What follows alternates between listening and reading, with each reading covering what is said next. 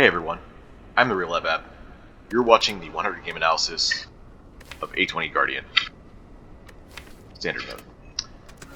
This is run number 39, so let's get started. Starting off today with the Ruby. Boss Niao options are remove a card, 3 random potions, take damage for a rare colorless, or boss swap. Definitely looking at the remove a card and the boss swap the most. The boss swap is what I always go for. We are not forced into a floor 6 elite, so that makes it pretty safe to boss swap here, as well as the general pathing. Although we are forced into an elite eventually. It's a pretty rich elite route, to be honest. Get up to 3. And 3 campfires as well on this route here. Only thing is you have to take a burning elite to do so.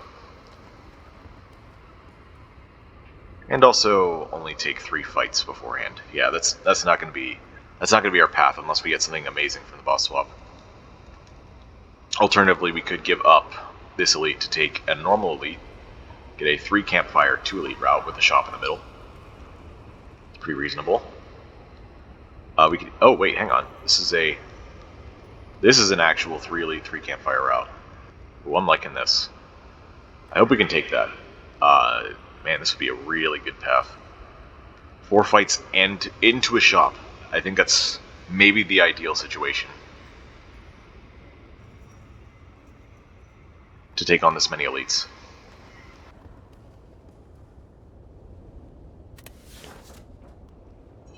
Alright, what is our boss swap today? Slaver's Collar, okay. Doesn't help us in hallway fights, but it will help us against elites, which is perfect for what we're trying to do here. So, without any further ado, let's get started on this path we've already worked out. Marked out.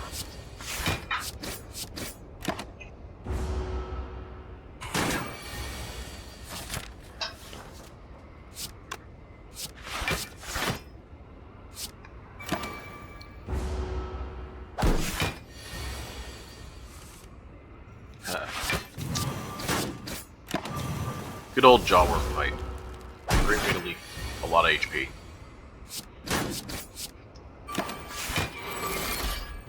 Guess I should have just played that defense. There's no difference between playing it now and last turn. Although I guess I could just not play it and then have it for the next draw. If there is one, there probably isn't. Yeah. Shield Charger, Emerald, Roll Attack. Roll Attack is a perfect floor 1 common attack to take. Decent enough damage for Guardian, who plays things a bit slower, so can deal with lower damage numbers than usual on than other characters. And Brace 8 is a great stasis defensive mode enabler. So let's take that and move on. Unfortunately, this is not quite enough to go into defensive mode, so you're going to be taking a bit of damage here. That's fine.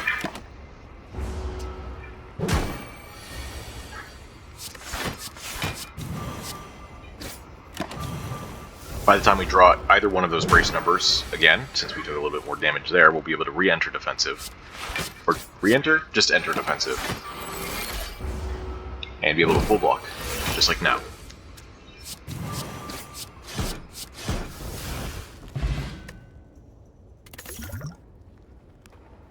Okay.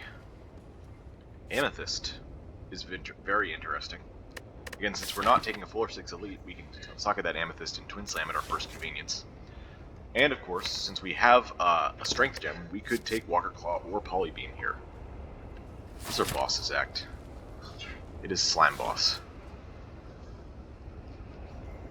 So I think Walker Claw is slightly better, because Polybeam, once we get the Slime Boss to split, will not be targeted damage against these smaller slimes. Although this definitely is very good just for raw damage output with Ruby. I'm definitely very tempted to take this Amethyst though, especially since Walker Claw is another 2 cost, which I guess is okay in an elite fight where we have 4 energy with roll attack. But Amethyst is one of my favorites for Twin Slam. It's very effective at what it does.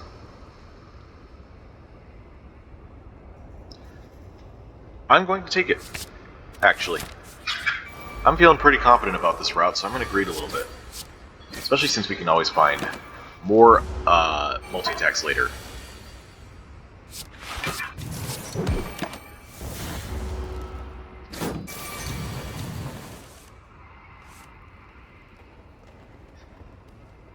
It's 22 plus Ruby is 4 more. Seem to be doing just fine in hallway fights anyways. Vent's team is perfect. We'll be putting the Ruby in that for sure. These two are a bit weaker, so I think we're going to definitely take this.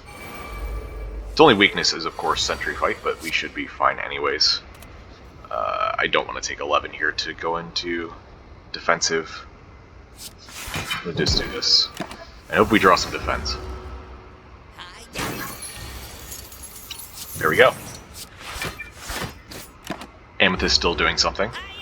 I guess an early Amethyst in this game is not that bad. Considering that... Oh gosh.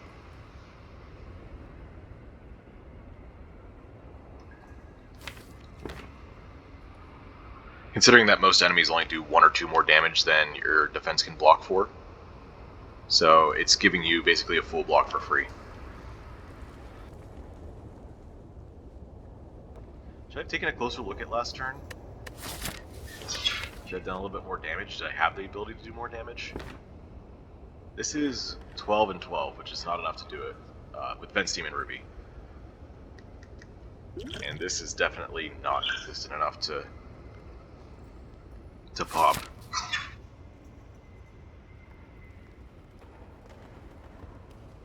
I'm not sure what floor we're on. I can't see the actual map marking. Okay, can I do this? Oh, this is floor 4 anyway. What was on floor 3? Right, this is 3 easy pulls and then a hard pull. So we got 2 potions out of 3 fights. That means we're at 50%? No, 30% potion chance. That's still gotta be worth more than a power potion, I think, on Guardian. Usually there's some good upsides to keeping that for the Lagavulin or Sentries fight. But if we roll into Construction Form or what is it called? Orb Walk, both of those will save us. There's a lot that wouldn't though. There's 4 protocols. There's what is it called? There's 4 protocols. There's Ancient Construct. There's Time Sifter. There's Floating Orbs. There's Time Capacitor. Future Plans. Yeah. We'd be looking for 2 in a larger sea of things, but maybe it's still worth the risk to try and save 9 HP. Because this is not generally very good in the first place. I think this is good enough against sentries that I'm not going to take it. That I'm not going to try and look for it. I'm just going to take our 9 damage.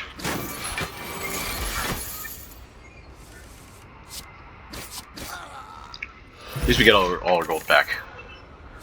Frag Gem, Tourmaline, Crystal Ray.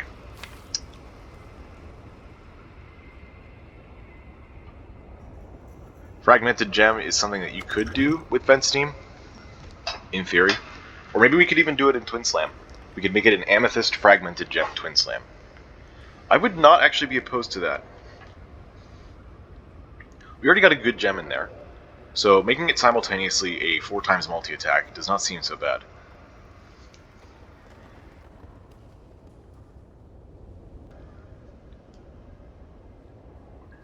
We could also, like I said, we could also put in the Vent's team to pair with the Vulnerable and the Ruby to make it worth 4 plus 2 is 6. 6 times 1.5 is 9.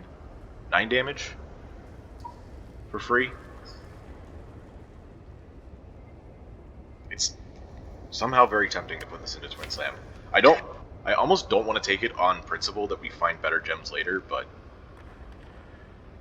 I guess there's no guarantee that we actually find a better gem. Second Amethyst would be alright. Amber could be good under the right circumstances. I would definitely take a Citrine, but that's rare. Quartz, probably not. Garnet, no actually, because we have Vent Steam already. Sapphire's an automatic no.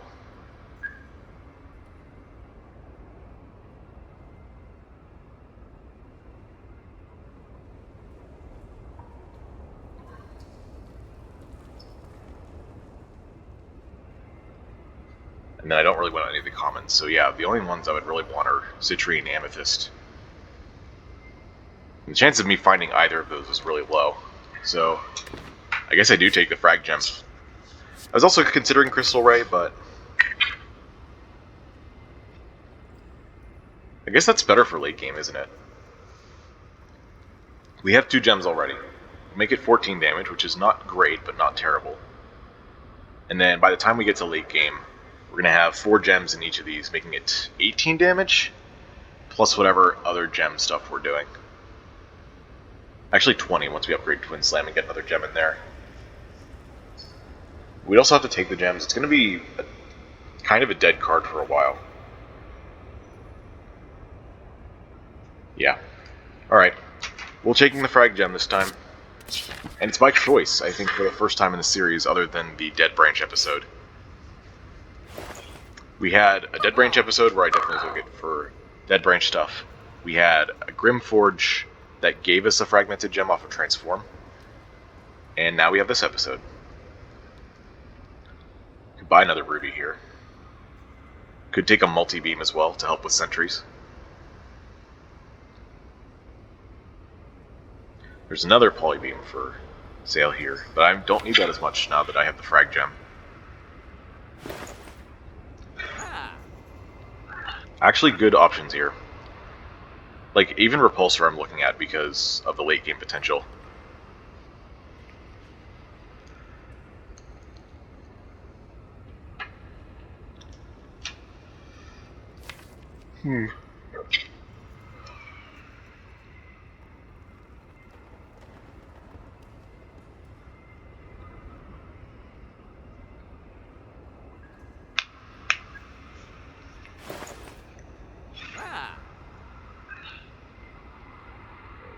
Would I buy another Ruby? I'm already putting this Ruby into Vent Steam. The double Ruby Vent Steam is a tactic of mine that I use sometimes. Just for large burst damage in Act 1, and it's pretty effective. I just don't like the idea of spending 59 gold for one. Although if I bought that with one of the 2 uncommon attacks there, I'd probably be okay with it. It's also card remove, as usual. Card remove I can afford to take with either of the uncommon attacks, or even Repulsor. I can afford card remove with anything.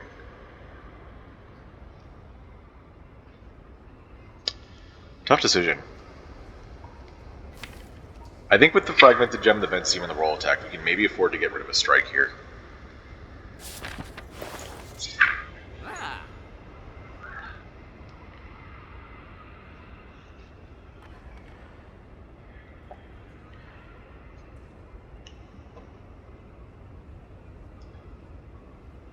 Multi-Beam is good utility, and is good against Slime Boss.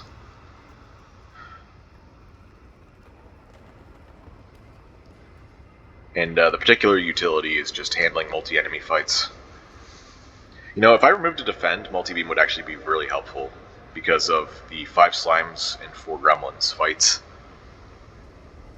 Polybeam is going to be really weak against all hallway fights, so I guess I ruled that out. So I don't think we're strong enough to take Repulsor just yet. I think we want to get through the rest of the act with the greedy path we've taken. So that means it's 2 out of these 3. Ruby, Multi-Beam, card remove.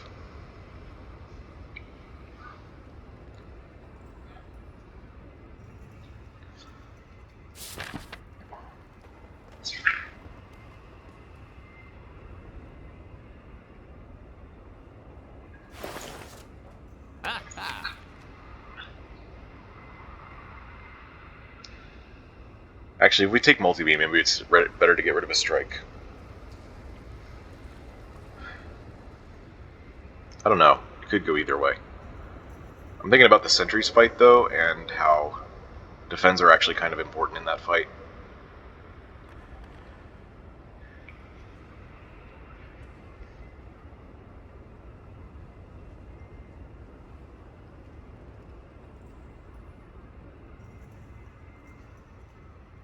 Once we socket our gems, Ruby goes here.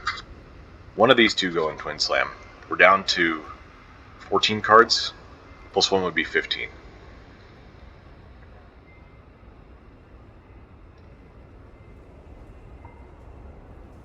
Our attack density is not amazing for whatever fight we get, although I'm thinking definitely about Gremlin Knob a lot here.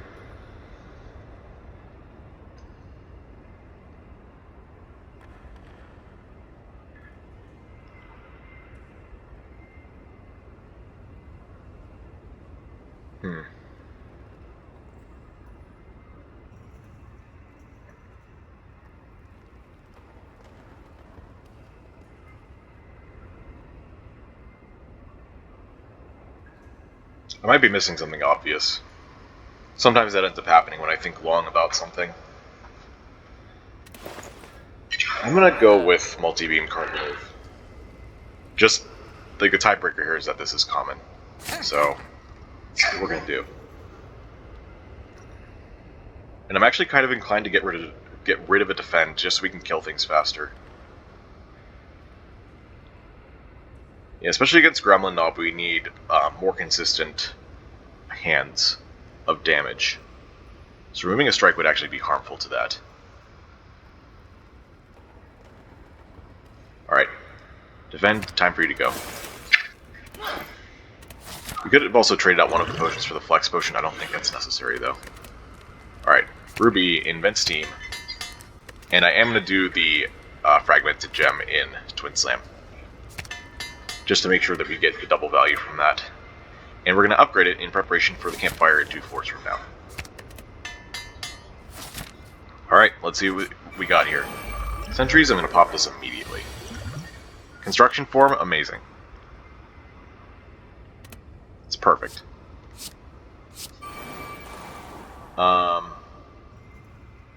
I want to play this for 20 damage on everything. I'm just thinking about the possibilities of curl up here for a little bit extra brace for next turn, just in case. Actually, that doesn't even matter, does it? We can't enter defensive. We have a second buffer for the first hit. So then we'd just be taking 10 damage. So yeah, I'm just going to do this, and hopefully we can kill one of those with roll attack strike. Or I guess vent steam, strike, strike, strike. Both defends works too. We have 1 strength now as well. And next turn we're going to still have 1 strength, so this is going to be 17, and 7 is 24.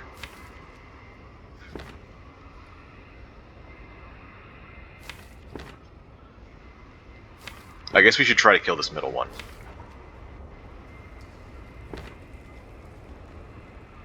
We'll have 4 energy next turn. We can play roll attack, and then we can do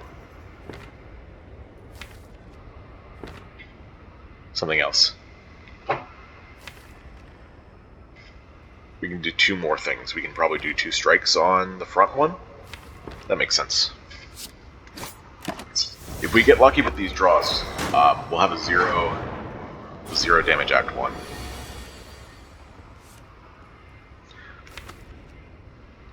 How did we end up with 14 cards? I thought I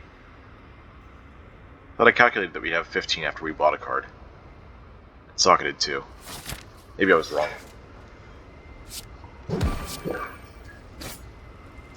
Since we reshuffled without these 4 things, we're going to have kind of a hard time getting back around the other ones. But if we draw multi-beam here, we're going to be fine. Yep, there we go.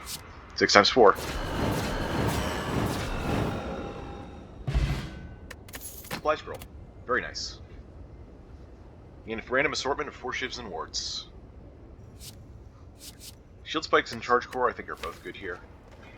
Shield spikes for an extra 8 brace is very tempting.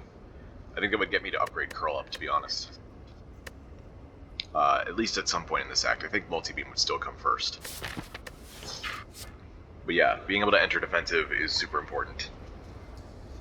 And we did just upgrade our Twin Slam to have a shiv in it so far, so we don't need the extra damage as much. I'm gonna take that. Alright, Amethyst, and go to the Twin Slam. And now we have a Twin Slam with two, we can't even see it, two very slightly different gems in it. Multi-beam gets the upgrade. Just to handle hallway fights. Molten Egg. Well, we've only taken a couple attacks. We're definitely going to need more. Sure. I would definitely like to see some upgraded attacks here, I think. Okay, this was one of those fights that I was hoping not to see.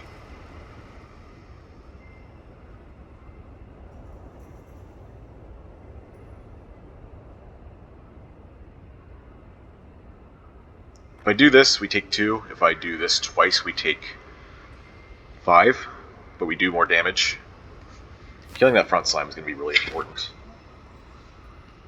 We can do 22 this turn, so we only need 9 more. That's any 2 attacks or roll attack. I wonder what those odds are. Actually, I think that's also Vent Steam Strike range. Yeah, that's 12 damage. So that'd be 34 total. Yeah. Alright, I'm gonna go for that route.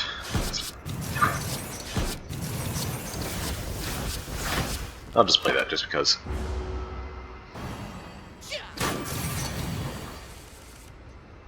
Alright, we did get 2 attacks here. It might be wiser to go into defensive this turn, though. Oh, we won't be frail next turn, though. That's a nice thing. Oh, and we also have a roll attack next turn for brace 8. So we only need to brace 7 this turn, which means we can do strike, strike, curl up for a kill. It's the same as Vent Steam Strike, so I don't think there's any reason to do one over the other. Putting that in, I guess, is fine. Getting supply scroll on the... Oh, we can't... Ah! What am I thinking? Whatever, we still hold 1 wards. Sheesh.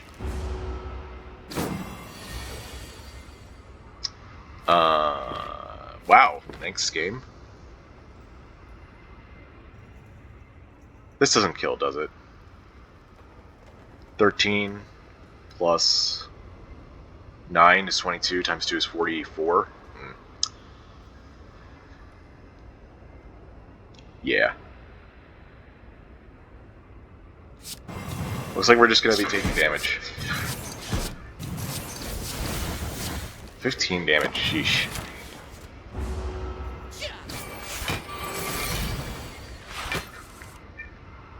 Guess I should have entered defensive mode. Gem Finder. Interesting. Oh geez, sorry. No, I don't think. Our Twin Slam is already filled up. We have 1 out of 2 for Vent Steam. And Roll Attack would be the only other one, so we'd be getting like a Ruby and an Aquamarine, which we can just get naturally. However, this planning is looking really nice. Maybe I should be thinking more about suspension more often. Once you get an upgrade on that, then you have a lot of control over stasis. You can put something like multi-beam in, or other cards that like being put into stasis, like Shield Charger and Orb Walk, as well as drawing a card. The upgrade priority is kind of what puts me off about it. Especially since we have 4 energy in these elite fights.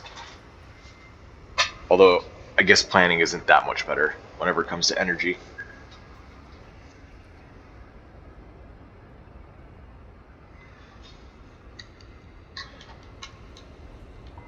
I've noticed that I've started valuing planning a lot less than usual because of it taking up 2 stasis slots. It doesn't leave very much room for anything else. It's just strong. And when you have something like multi-beam, or cards that you want to play from your deck and can actually have a downside.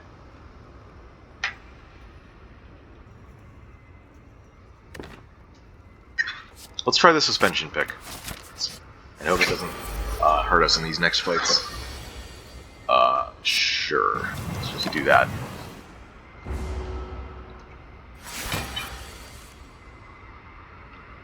Shield spikes now for brace. Suspend a defend for 2 turns from now. Suspend a defend.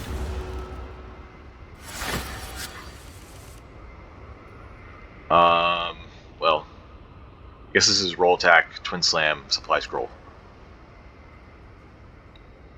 And then hope we enter defensive next turn? I guess it's better than entering it now and then not having the defense for turn 5. So yeah, here we go.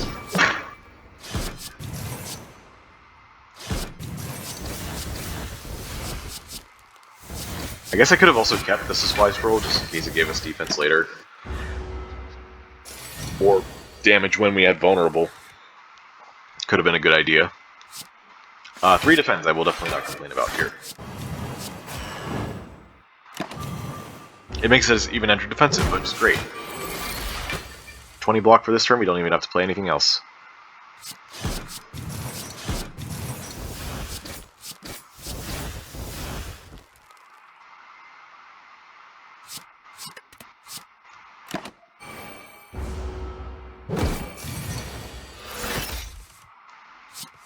Alright, cool. 5 damage fight, 5 damage fight.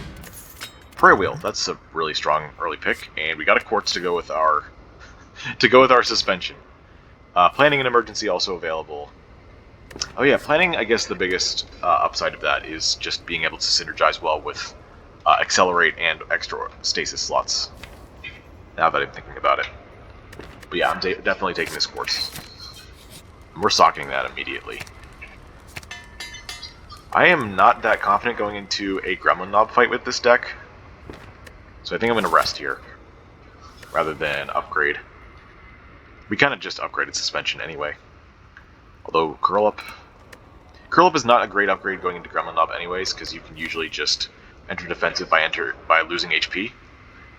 One of the things that happens often is I play Curl Up on the first attack turn, and it goes from doing 8 damage to 11 damage, and then I go into defensive off of that plus the 10. So it's 21 brace. But here we're just going to rest. And there it is. I think I'm going to use the Vexing Draft right now. Just to make sure we have the damage.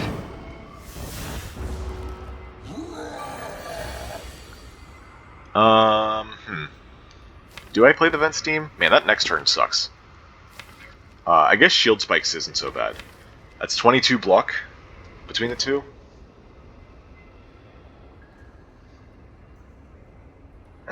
Provided I take 4 damage this turn, it would put me into defensive. It would go from 24 damage to 28, but so then we only take 6. It's not bad.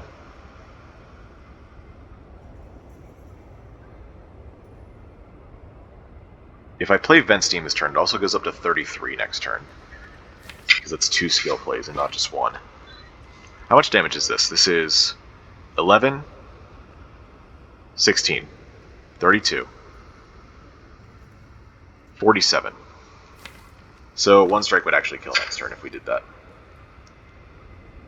And we take 7 this turn as opposed to 4 this turn and 6 next turn.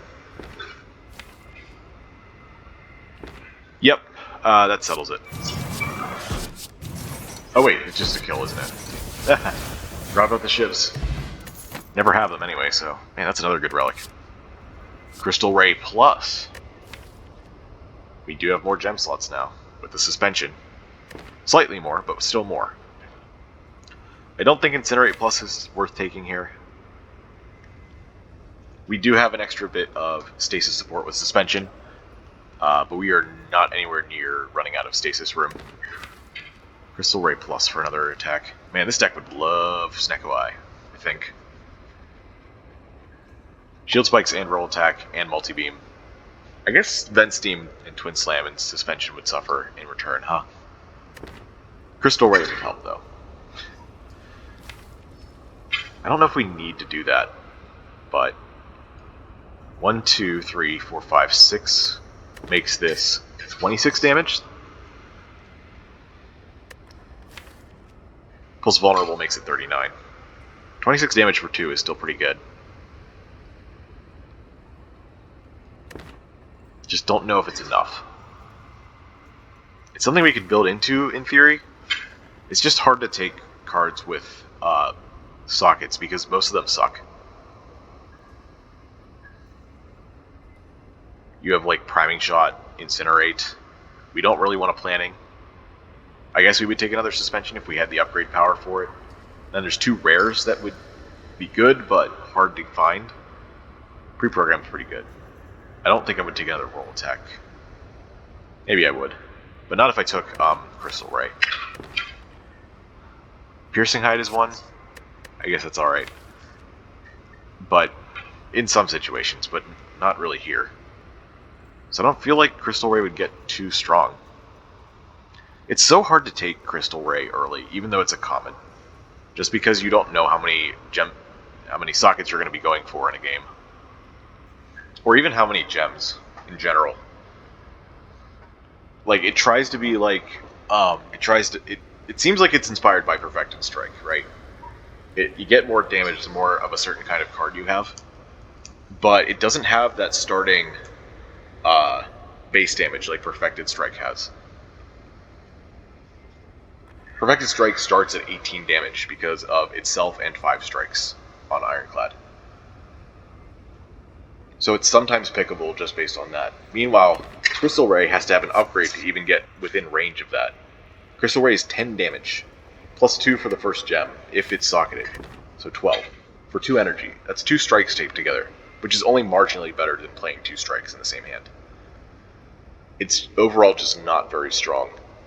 And it's why I'm not convinced that taking it now is going to be worth it. Because if it never exceeds 26 damage, whenever we build in, if we find a way to build into strength, Crystal Ray is just not going to do enough compared to our Twin Slam, our Multi-Beam, and whatever multi-attack we take. We could take Piercing Hide for a block card going into Act 2, that doesn't seem so bad.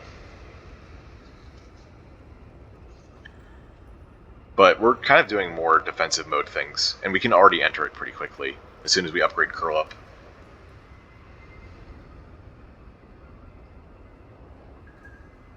Yeah, I'm just gonna skip.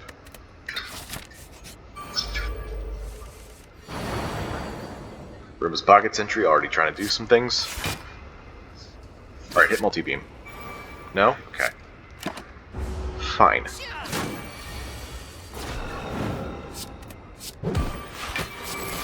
Let's draw a card. Get that bad card out of the way, that sounds good to me.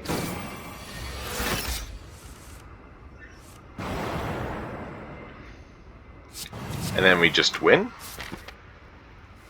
No.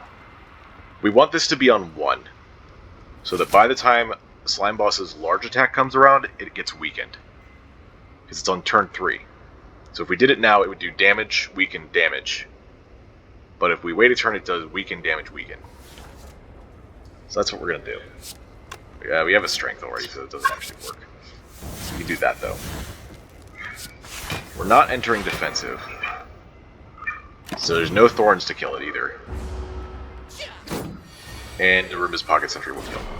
Alright, that works out. Weak Potion, definitely better than Dex Potion here. I think. Let's see what the cards are, though. Planning, Recover, Temporal Shield. We could maybe take a Recover here. Recover is more stasis that's pretty good. Walker Claw plus, Temporal Strike plus, Priming Shot plus. There's our multi-attack.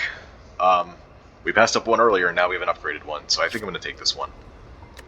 Despite the no shortage of having expensive cards in the deck, I think this will pay off. Especially if we find a 4th energy. Temporal Strike, I guess, kind of counts too. If we have a card in Stasis, then it actually does damage for free.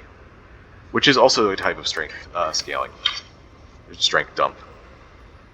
That's why we have Shivs and Twin Slam.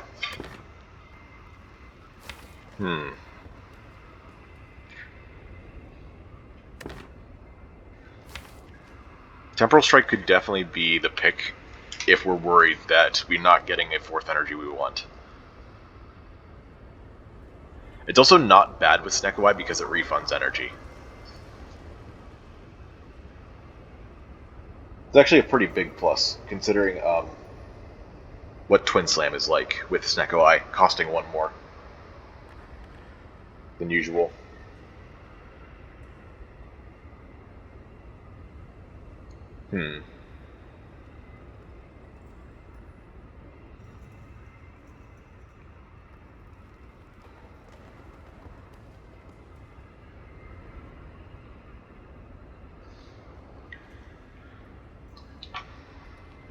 With stasis, I guess expensive cards become better because we have discounts. So if I got our third stasis card with recover, then maybe it's not so bad that we take all the expensive cards.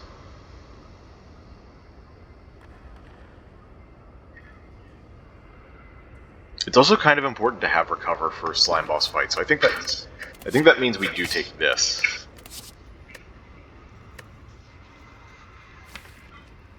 I think we are going to need one more big damage card for slime boss. We've only taken multi-beam and roll attack. Wow. Yeah, okay. It's got to be one of these two then.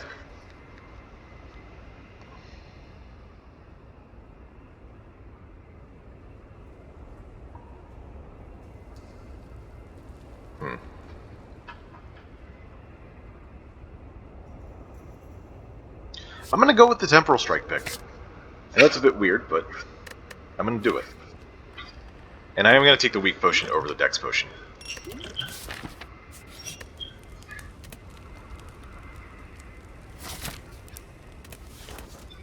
We can rest as well, if we're worried about this fight a lot. Upgrading Vent Steam might also be a good idea. Upgrading Suspension is not as necessary, but can still be nice.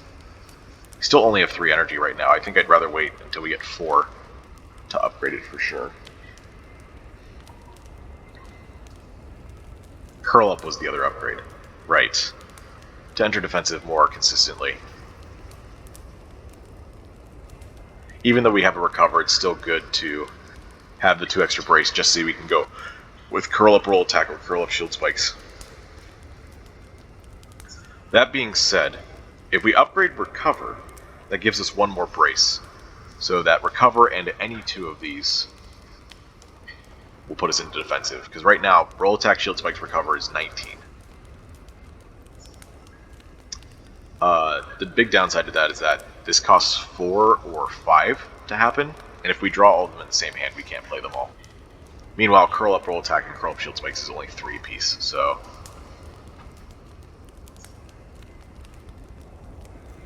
I think with our potions we can afford an upgrade here, so... Curl Up it is. Alright, let's make this happen. This is a pretty nice turn 1 hand. Right, I don't draw first, I draw after. I guess Recover goes in, because it's too early for it to actually be useful yet. Ooh, that's really nice, actually, because now we can Curl Up Multi-Beam for next turn, or whenever we want to use it. I suppose next turn makes sense. Recover comes out after this. This is a lot of damage. Roll Attack, Temporal Strike, Multi-Beam. And then we even have a Roombas for the slimes that come out. Wow. This is 15 for free. 24 is 39. Plus 13 times 2 is 26. Plus 39 is 55? 65. Taking it down to 44. No, that's not math. 34. 34. That's insane. And we're in defensive mode. Jesus. Okay, this fight turned out very well. Thank you, Temporal Strike. Glad I took you. Also, thank goodness that the Acid Slime is the one attacking this turn, because now I'm not going to be weak by the time this comes out. Speaking of which, that's going... Oh yeah, this is a 4 energy fight with Slaver's Collar. I forgot. We do still have to worry about Act 2 hallway fights, so I think I still would take an energy. It's going to be 11 times 4. That's just a kill next turn. Was this already in stasis for 1 turn? It was, because of Curl Up. So yeah, that'll be 11 times 4, and then we just kill next turn. Which is good because Arumba's Pocket Sentry is attacking next turn. Which means that it will weaken on turn 1. And if we meet Avocado, we're going to be definitely grateful for that.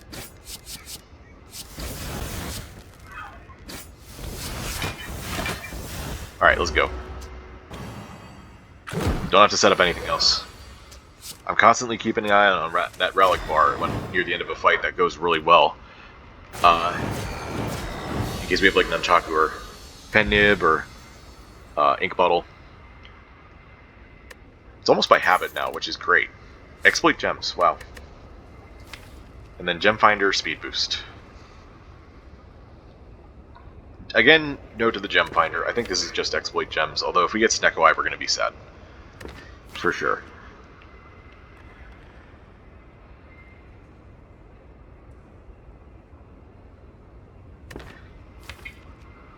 I think the roll attack, shield spikes, temporal strike are all going to like Snecko though, as well as multi-beam, so I'm not too choked up about if we get Snecko Eye. I'm probably just going to take it. Speed boost I don't think is too important here. We don't have that much stasis. And spending 1 energy on re-accelerate is not that strong. It can be good, but this isn't rare levels of strong. So I'm going to go with the exploit gems just in case we don't get Snecko, which is probably most of the time. Let's find out. We did not get Snecko. Okay. So 2 energy options and a black star. I mean, considering how that slime boss fight went, I mean, we had a pretty darn good draw. We got Vent Steam, Twin Slam turn 1 with Curl Up on multi-beam, and then turn 2 we did Roll Attack, Temporal Strike, multi-beam. So yeah, I think that was probably like, that was all of our good cards except for Shield Spikes. We drew every single one of these 8. Yeah, so maybe that was a bit misleading about our actual power. But we kept both our potions. So that does actually make a decent case for Black Star. What also makes a decent case for Black Star is the fact that we took multi-beam in that shop. And AoE is extremely important going into Act 2 elites because 2 out of the 3 elites really benefit from having area of effect attacks. Gremlin Leader, especially, that kind of just neutralizes most of the threat. You still have to be kind of careful because the RNG is really weird about when she attacks and when she buffs. She hits hard whenever she attacks. But overall, it takes out the gremlins easily, and that makes her a lot less likely to attack. And of course, Slavers, you really like having area of effect for that because that means you can kill them really fast.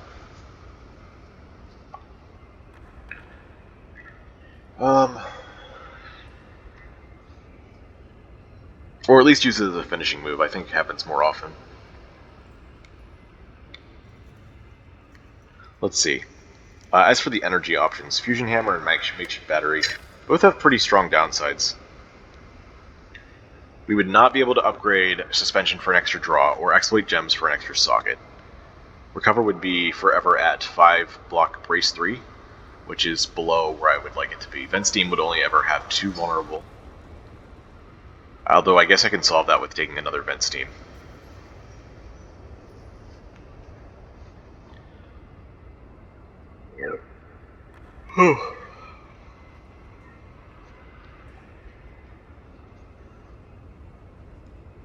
Makeshift Battery. Since we have Recover, that mitigates the downside of the slimes. So does Suspension Plus with 8 quartz, being able to draw 2. And Exploit Gems is just there, I guess. Also, having expensive cards is fine with statuses because you probably weren't going to, because if you have 4 energy and 2 2-cost cards in hand that you want to play, you're going to be playing the 2 2-cost cards and ignoring everything else in your hand. So they might as well be slimes, right?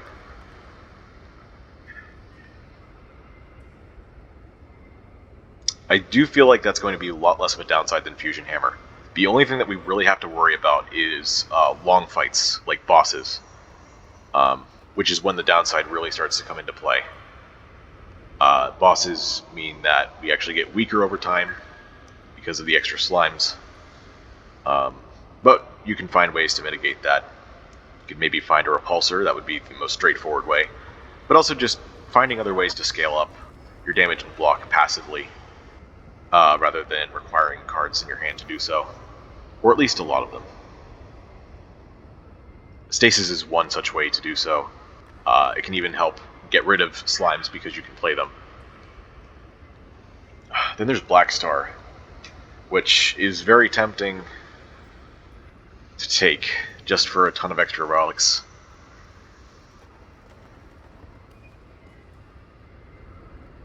The big problem about taking Black Star is hallway fights, since Slaver's Collar and Black Star are great against elite fights, but hallway fights we're going to be stuck on 3 energy with some very expensive cards. And we haven't really gotten a ton of defensive power yet.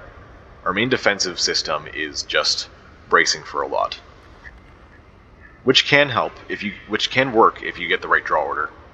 And we do have potions.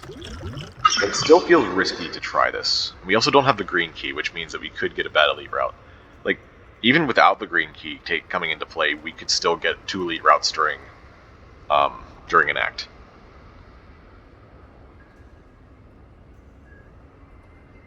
I think all 3 of these are takeable.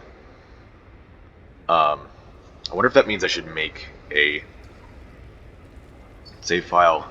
I'm not really inclined to, though. I don't think the Black Star is a big deal here. I think these two have slightly worse downsides or low rolls than this does, so I'm going to go with the makeshift battery.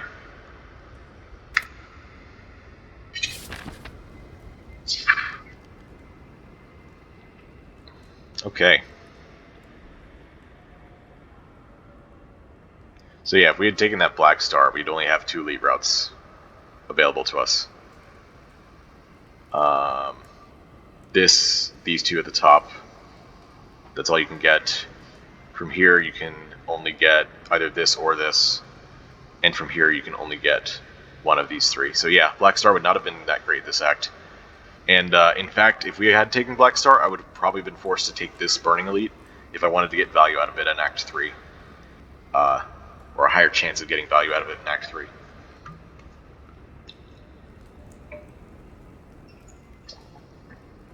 So, what do we do? There's only one 2 campfire route with 3 elites. Or 2 elites. Actually, this is a 3 campfire route with 2 elites.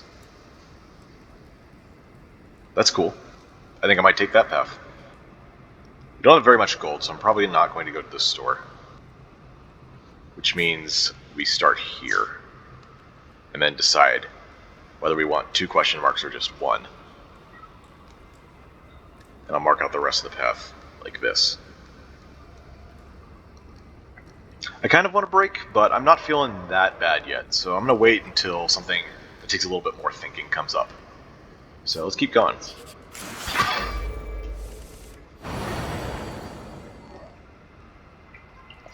This is why we set up Pocket Sentry.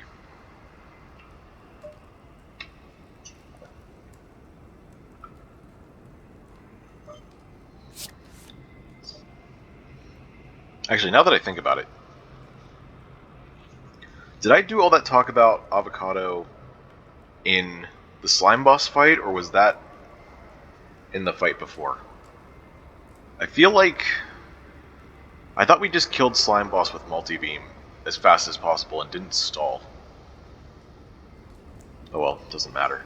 If I was talking about Avocado before I even hit the boss, then that's just a brain fart moment.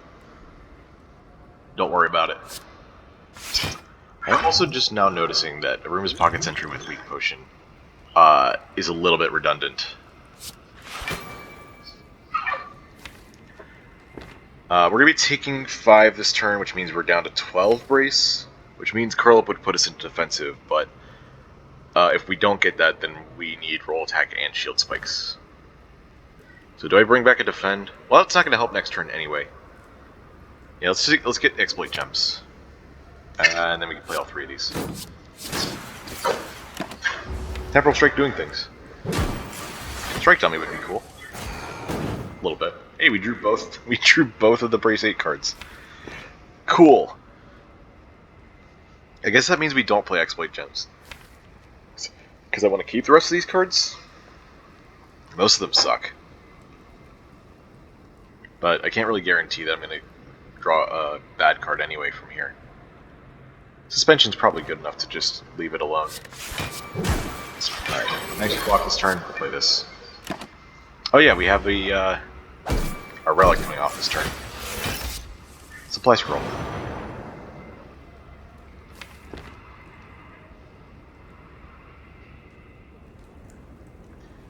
We don't need extra block this turn, so I'm just going to play that on defend.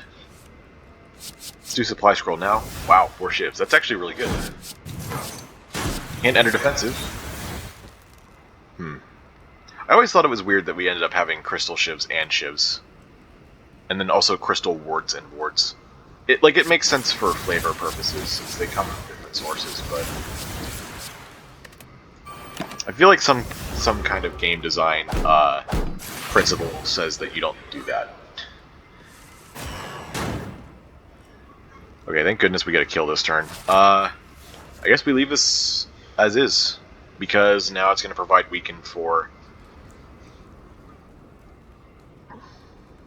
what do you call it? For whatever fight comes up next. I'm thinking like Spirit Guardian, I guess Chosen, because turn 3 is a big attack on Chosen. Chosen has an interesting attack pattern in which they do their Hex turn 1 if you're on Ascension 17 or higher. Then they do either a debuff or the vulnerable attack. Then they do a large attack or a large 2x attack on turn 3. So yeah, I think leaving this here is fine. Spirit Guardian, it doesn't matter because weaken just doesn't get through. I guess we could use the weak pot to get through. That doesn't make sense either. Yeah, I think whatever we get here this is going to be better to just have this.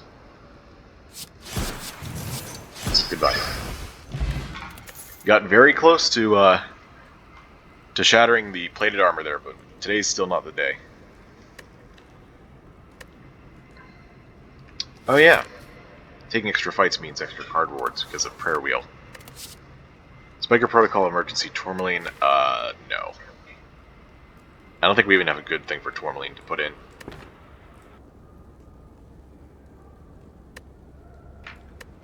Do I want to take a Protocol? We have good brace numbers, so getting into defensive mode is not that hard. It would just be for the brace 3 per turn. The thorns are negligible. It's probably a little early to be taking emergency. We don't do stasis on expensive cards, so clone Vent Steam number 2 or Amber. Amber seems like a pretty good pickup right now with all our open gem slots. It's a pretty good one for exploit gems. Or Temporal Strike even. Because Temporal Strike gets bonuses whenever there's stuff in stasis anyway, right?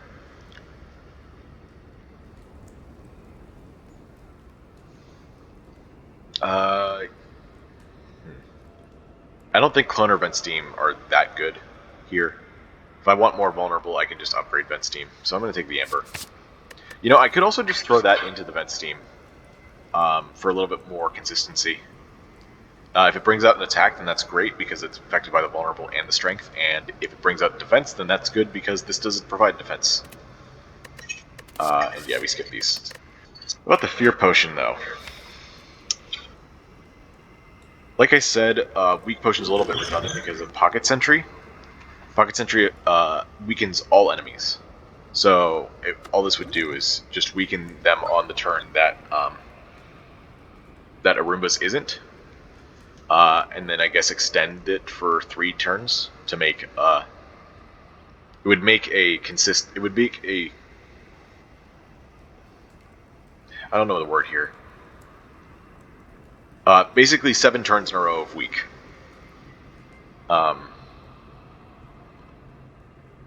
It would do Arumbas would do a turn of weak, then the weak potion, then Arumbas, then a weak potion, then Arumbas, and the weak potion, then Arumbas. So 7 turns in a row. But again, that's not really necessary, except on like Book of Stabbing, I guess. Could be good for Book of Stabbing. We're still pretty far away from that, though. Meanwhile, Fear Potion's a little a little redundant because of, what's the hotkey? Right. Because of vent steam, but the key is that vent steam is not area of effect. So if we need vulnerable on another thing, we can do that. Also, vent steam is not an innate thing like this relic is. Also, we can control when this happens. So I think we just throw this out for Fear Potion. Okay. So what I just said about Thorns, I take it back. Also, I wish I had gotten Twin Slam next turn. The good news is we can knock something down immediately. So I'm going to do that to the one with the most HP, as I usually do.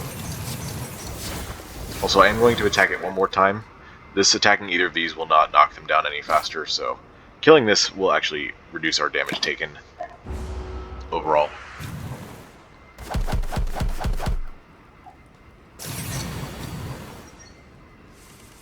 Okay. And of course the room hits that. We could go for an attack potion here and try to hit something that hits multiple times. Walker Claw would be a big one. Refracted Beam would be a big one. Is there a rare card that hits multiple times? I guess Laser Turret, kinda. If we just do roll attack, recover, defend, that's 10 block versus 18 damage, which I guess is pretty okay.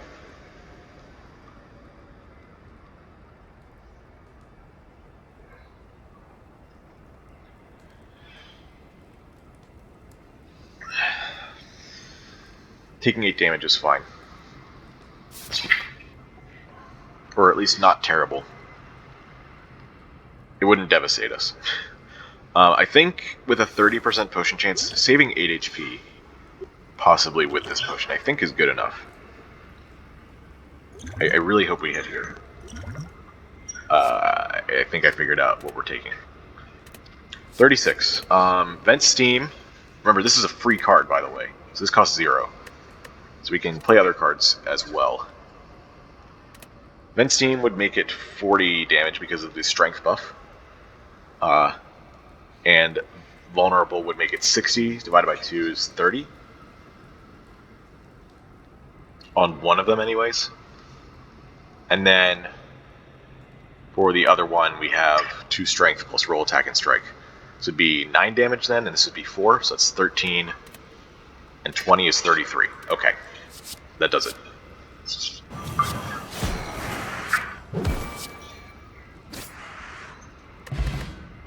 Wow. Didn't even think about that as the multi-attack, but somewhere in the back of my head I knew there was some kind of rare multi-attack, I just couldn't think of it. And I guess that counts. Reroute Suspension Gem Finder. 3rd Gem Finder of the run. I still don't want it. Emerald. Sapphire. You know, I was thinking recently about Sapphire ideas with Baylor's Lordly Blade specifically, which would make it that every time you gain Brace, you gain 1 more. I think that'd be interesting. And it might happen at some point in the series, who knows? We'll have to wait and see. This Emerald doesn't actually do very much. You know, maybe I do take the Sapphire for roll attack. Get that extra Brace number on there. Or I could do it on Exploit Gems. Be really inoffensive on Exploit Gems. Roll attack is a little bit less necessary because we have curl up. So I don't think that would actually help roll attack go into stasis defensive that much. Sheesh. Because roll attack plus Sapphire plus shield spikes would be 19 and not 20. Unfortunately. Wouldn't help with recover, because that's still too far away. It could help exploit gems if we get that, recover, shield spikes, and roll attack, but I think we just upgrade recover in that case. I guess if we get enough of these sapphires, it could be okay. I don't know. I'm not really feeling the roll attack. What would I put in it instead? Citrine for sure. Ward is the other one I would do. But wards aren't that strong right now.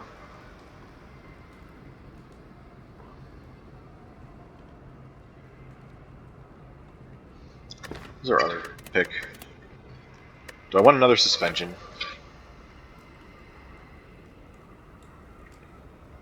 I'd have to upgrade it. We have an upgrade at some point. Do I have a different upgrade I want? I said something about recover, and block cards are actually getting pretty good in Act 2. I said something about vent steam. I said something about suspension. I said something about exploit gems. Yeah, I don't really want another thing that I have to upgrade. Reroute plus for more stasis.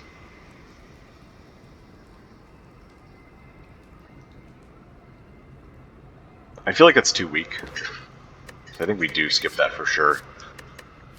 As much as I want to take more brace, Sapphire is so it's uncommon, so it's hard to find more of them to actually make use of actually putting brace into a bunch of cards to go into defensive more consistently. So I'm gonna Emerald. We're getting rid of our defense, like actively, in favor of brace. Better brace than this. And accelerate. We could put an amber into that, but I already want to put it in vent steam. So yeah, this is just a double skip. We keep looking for cards. We're doing pretty good so far. I think we keep looking for cards and we look for another potion. So I'm going to go to the fight. Is there a shop on this route? No. Could go to the shop with 200 gold. What would we even be looking to buy there? We're not looking for anything specific, I don't think.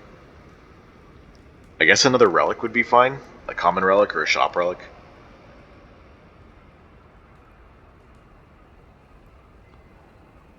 And a card remove.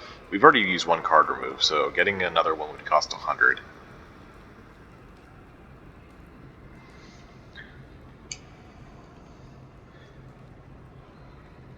So it would take us down to 132, or yeah, 132 because it's next floor,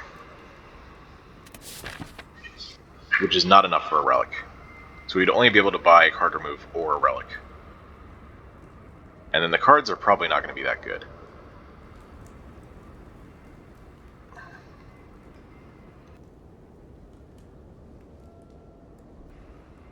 Okay, I think that means we're going to wait. I'm going to go this way. We'll get a shop in Act 3. Okay, we can enter defensive immediately. That's good. Because next turn is going to be 21 damage. So, yeah. That also leaves one more energy worth of cards. So I think that means we do Curl Up on Strike, Vent Steam, Sentry, Temporal Strike, and Shield Spikes. Actually, it doesn't even have to be in that. Oh, it does have to be in that order, because this needs one energy to be played.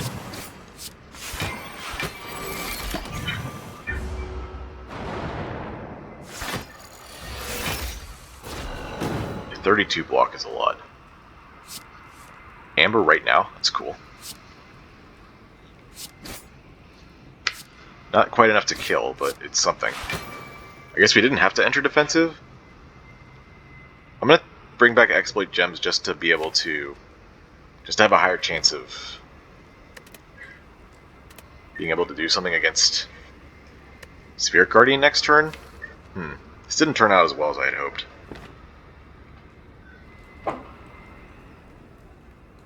Drawing all our block cards this turn was really bad for us. Could I have seen that coming? I don't think so. I'll get one more draw. Might as well play those. Oh, we have a supply scroll to help out a bit. Let's draw a card again. Suspension. I'm gonna suspension the multi-beam, I think. I'm gonna play these other cards. Twin Slam would be a great draw right now. Come on. Last card in the deck. What are you gonna do?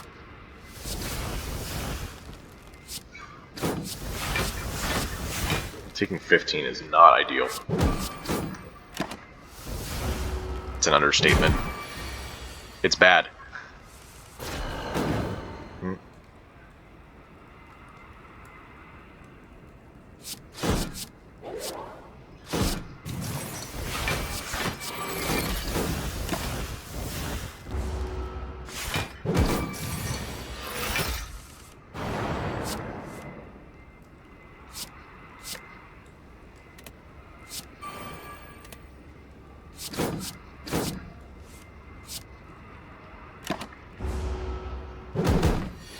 I love how we've gotten through all of its,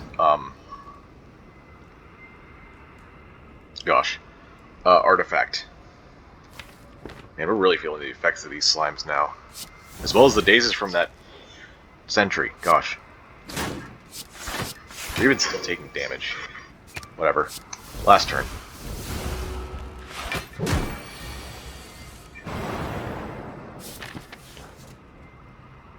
Yeah, definitely the last turn. Can't set this up. We're going to take more damage if we do. Alright. And there's the ruby. Didn't have to buy it. We can put that in exploit gems instead of the vent steam. I think spreading it out is just fine. Don't want those. Incinerate future plans, emerald.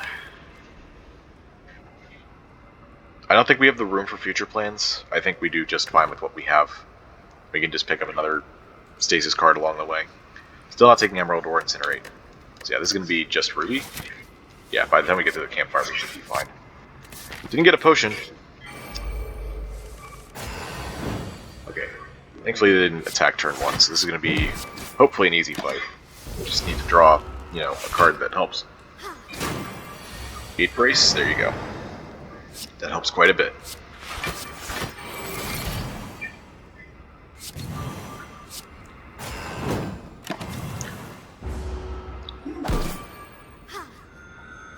The way this fight goes is extremely dependent on your turn 1. Draw.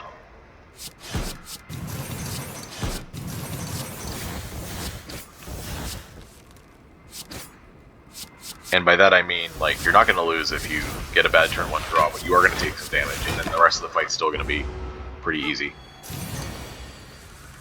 Now, as usual, she's going to buff her strength, because that's what she does. Put this into stasis, I suppose.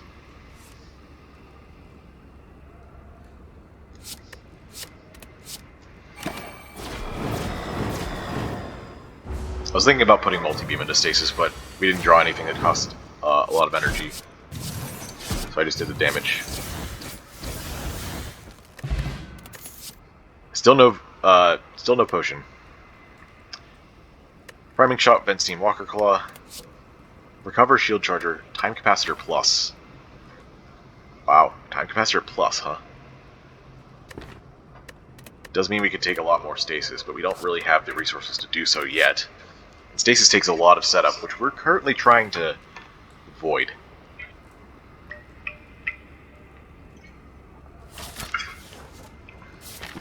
Shield charger's not so bad, though. I think I'm going to take that, just for more brace.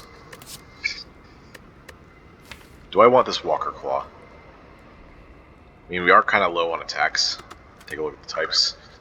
Yeah, the only attacks we've taken are still these 3. I think we have to take this to balance things out. Especially in something like the Gremlin Leader fight. Oh gosh.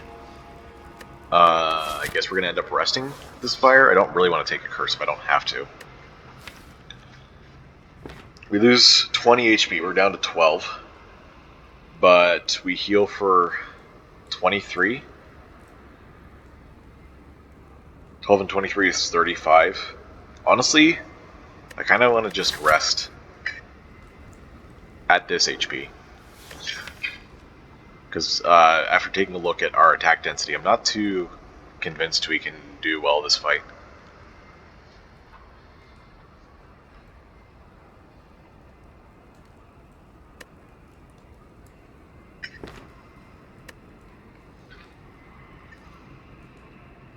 Might have to take the curse.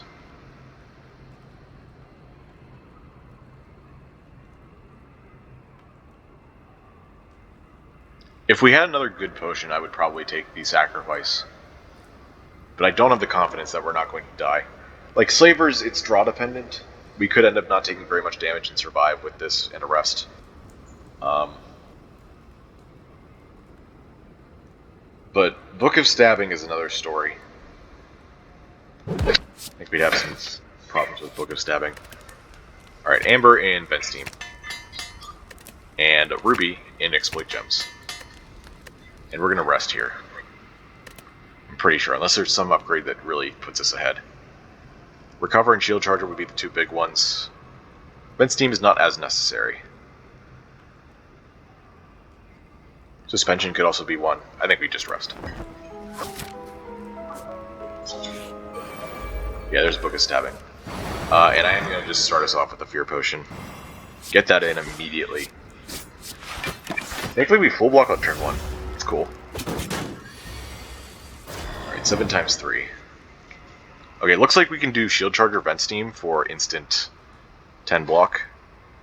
We can also do Twin Slam to get this down to 3 times 3. That's pretty cool. I don't want to draw a good card, but I also don't want to be left without damage. But we're also not doing very much damage. We're only attacking twice. Yeah, okay. No, we're attacking 4 times because of shivs. Let's see. 2 more, that would be 11. We've done this before. Shivs are 4 more now, so 8.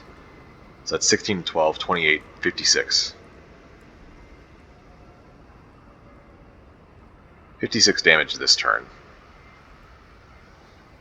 Putting Book of Stabbing at 68.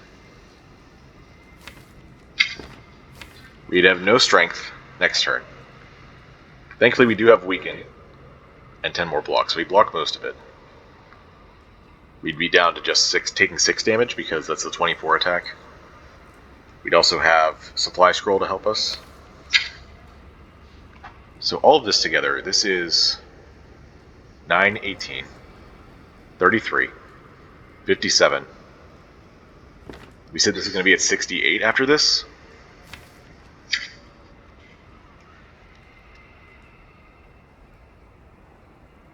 That's close. That's very close. If we don't play Exploit Gems, that's a plus 12 to Book of Stabbing, so 80 HP.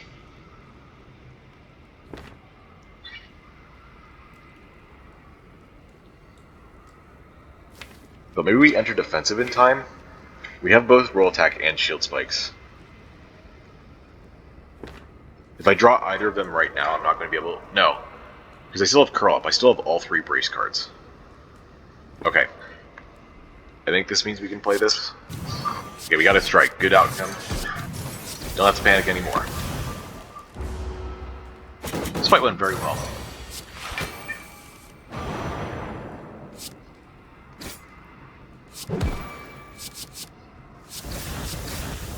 We don't have a kill this turn, but we do enter defensive.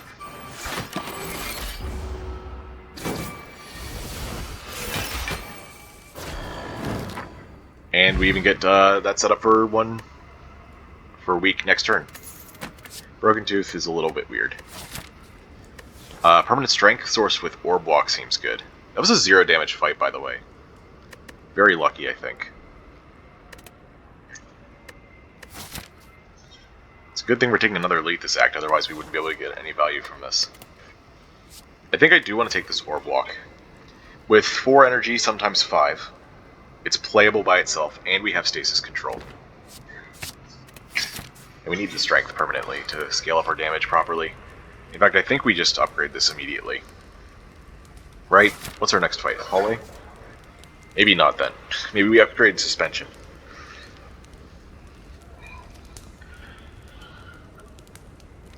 Yeah, let's get a little bit more turn consistency for a hallway fight. Then we'll go for power. Actually, it's 2 hallway fights. Oh, Preserved Insect. Yeah. That's still more than relevant for the rest of the game. I'm gonna do Shield Chargers, Shield Spikes. All the shield stuff.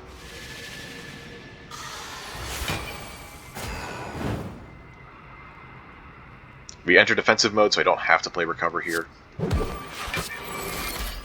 Decay plus Snecko is exactly 20. Plus we get Shield Charger bonus for an extra 10 block anyway. I don't want to lose this. But this also does a lot of damage. Wait, curl up on Orb Walk.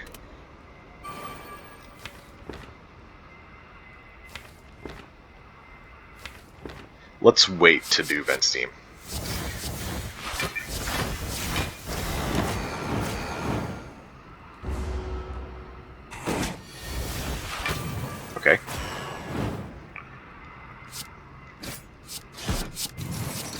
we have a kill this turn. It's not weakened, so we know the weakened's coming next turn, which is good. Finally get a potion. Another fragmented gem. We don't have a great socket for that. I guess Temporal Strike to make it a 0 costs 2 times attack. I'd rather put a Quartz into it. Well, I would want to keep that open for a Quartz possibility, but there's also Exploit Gems that we could put it into. There's another case where I just don't want to take Frag Gem out of principle, but it might be the right answer anyway. The Citrine? Okay. Okay, what are we putting that in? We don't need that in Temporal Strike, so Frag Gem is still on the table. I think that in Roll Attack is really, really good, though. We could also put it in Exploit Gem since it draws a card, but allowing Roll Attack more consistency is really good. Because the Brace 8 is very valuable. That's guaranteed value versus potential value. So that goes in Roll Attack. And we still have another fight before the fire. Screw it. I still think it's correct. Oh good, it's not attacking this turn. Thank goodness for that. We do take 2 damage this turn, though. Thanks, Decay. You know, I don't know if we've gotten lucky, or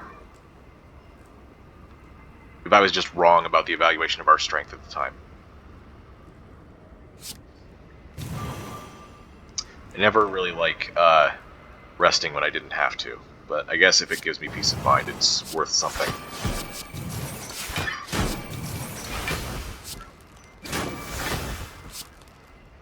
And I guess I enter defensive like this, so I can bring back something, I guess Exploit Gems? Yeah, Exploit Gems. Get that out next turn for some extra strength and draw.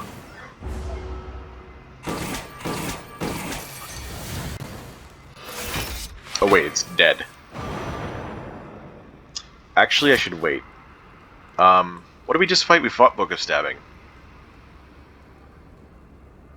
So Slavers or Gremlins. I guess Slavers are enough reason to just leave the Weaken on turn 1, so I'm going to wait a turn. Do we have consistent damage next turn? It's pretty consistent. Can I... Yeah. There we go. Got it low enough that the Malleable won't screw us over. We get a bad draw. Oh wait. It didn't matter. No to these? Well, we could think about Recover now that our deck is larger. Temporal Strike, Planning, Roll Attack plus. Maybe we just take the Planning now. I don't know, I don't really like taking these commons without extra draw or stasis support. I think taking another Recover would be really strong here to sort of handle the stasis idea. Putting cards from our discard pile back into stasis, I think, will be really strong for us. The only problem is, of course, that it blocks for 5. You know, I think whatever we bring back with stasis is probably going to be good enough. We have Shield Charger to help with passive block anyways. I'm going to take it. Alright, here we go. Citrine Roll Attack. Frag Gem and Temporal Strike. Enjoy your time in the spotlight, Frag Gem. You might not get it again. Alright, now we're going to upgrade Orb Walk. For this fight. It is in fact Gremlin Leader. But holy cow, this draw sucks. There we go. I guess we handle Sneaky Gremlin. No, not Sneaky. Fat Gremlin, so that we don't get frailed for next turn. And we full block. We knew there was a 50-50 that this would work out or not work out, but I think this was still correct. I think Slavers were more threatening as a turn 1 threat than this as a turn 2 threat. Also, we enter defensive here, which is cool. This kills this for free. I guess we could have done multi-beam as well. Whatever. We don't even full block. We're off by 1.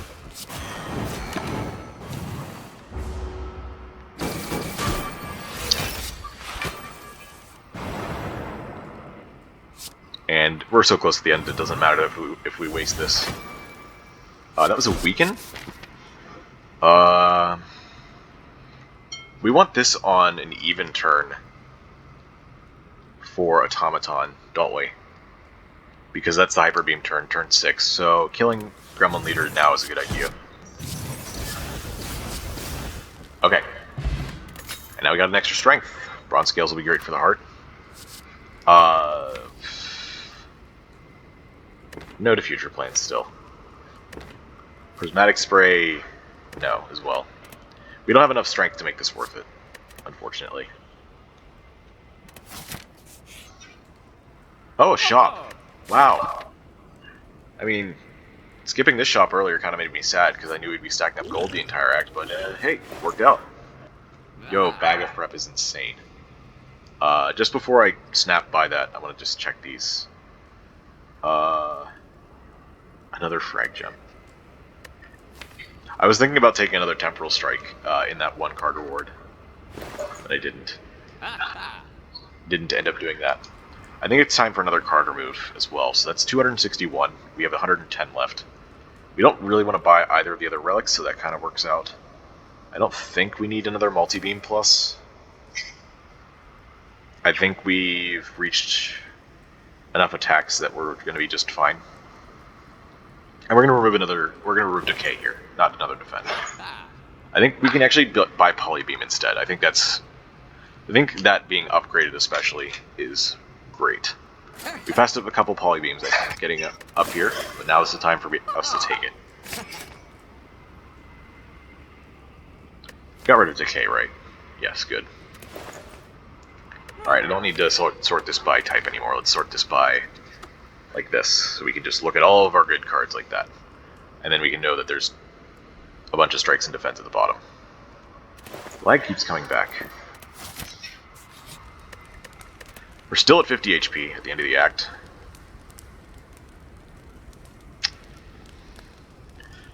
Who knows, maybe it was worth resting because now we can upgrade here. Because we'll need the HP for Automaton. I'm not 100% convinced that we're going to be okay against Hyper Beam. But we'll see. What do we upgrade? Recover, possibly? Vent Steam, I think it's still a little too early for that. I think we're definitely going to want Vent Steam by the late game. But here, with the artifact that Automaton has, it's not going to work out. And you know, even for the early Act 3 hallway fights, it's not going to be that important to get the extra turn yet. Maybe for something like, maybe by the hard full fights like Transient, you would want another turn. But we still also only have 23 cards, so it's not terrible. And we have recovers to bring it back as well. It's a lot of reasons not to upgrade it, so I'm just going to not upgrade it. This still has an empty slot, so I think upgrading it now is a little preemptive. Shield Charger is a good upgrade. Shield Charger is a very good upgrade. It's probably better than Recover. That being said, we are going to want to wait to use Shield Charger until a couple turns before the Hyper Beam.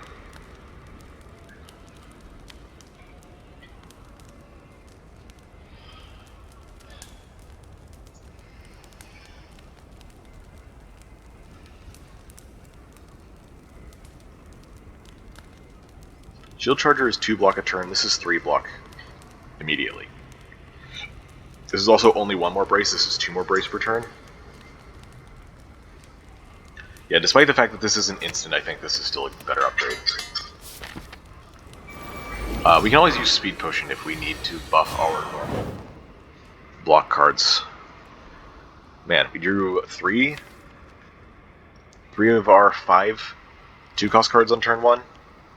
And Bag of Prep is not as good as I remembered it being. That's a joke, by the way. Let's see. We could bring back Exploit Gems with Recover. Oh wait, this is a 1-cost now. Right. Do I want to enter defensive right now? I could do Roll Attack, Shield Spikes, then Curl Up to make sure that we get the full brace value. And then we can recover anyways. I mean, those are all the good cards anyway. We don't want to use Shield Charger yet, like I said. And then Strike and Defender, just not very good. So, yeah, let's do it like this. Let's curl up. 2 turns from now, Automaton's not attacking, so let's curl up Strike. I can also bring back Roll Attack as a 16 damage card that generates an energy. Especially since we're in defensive mode, we don't need an extra draw next turn with Exploit Gems, I don't think. Although we have a lot of multi-attacks coming up. It may be a good idea to just do the damage. Roll Attack is damage, though. Roll Attack is damage. Also, we have exactly 15 cards in the draw pile. Oh, but Suspension ruins that anyway. We could just not play it. 15 cards is important. I've said this a few times before, but having a multiple of 5 of cards is important so that you don't accidentally shuffle your good cards, shuffle your discard pile into your draw pile without your good cards. I think I am going to maybe not play Suspension, because we're safe this next turn. So if we draw it then, we're going to be fine. The turn after that, we're going to be fine, so we don't have to do that. That's a 2 in 3 chance that it pays off, so I'm going to go with Roll Attack. I will not return to post. You'll have to make me. And there's the Temporal Strike. We have 1 strength.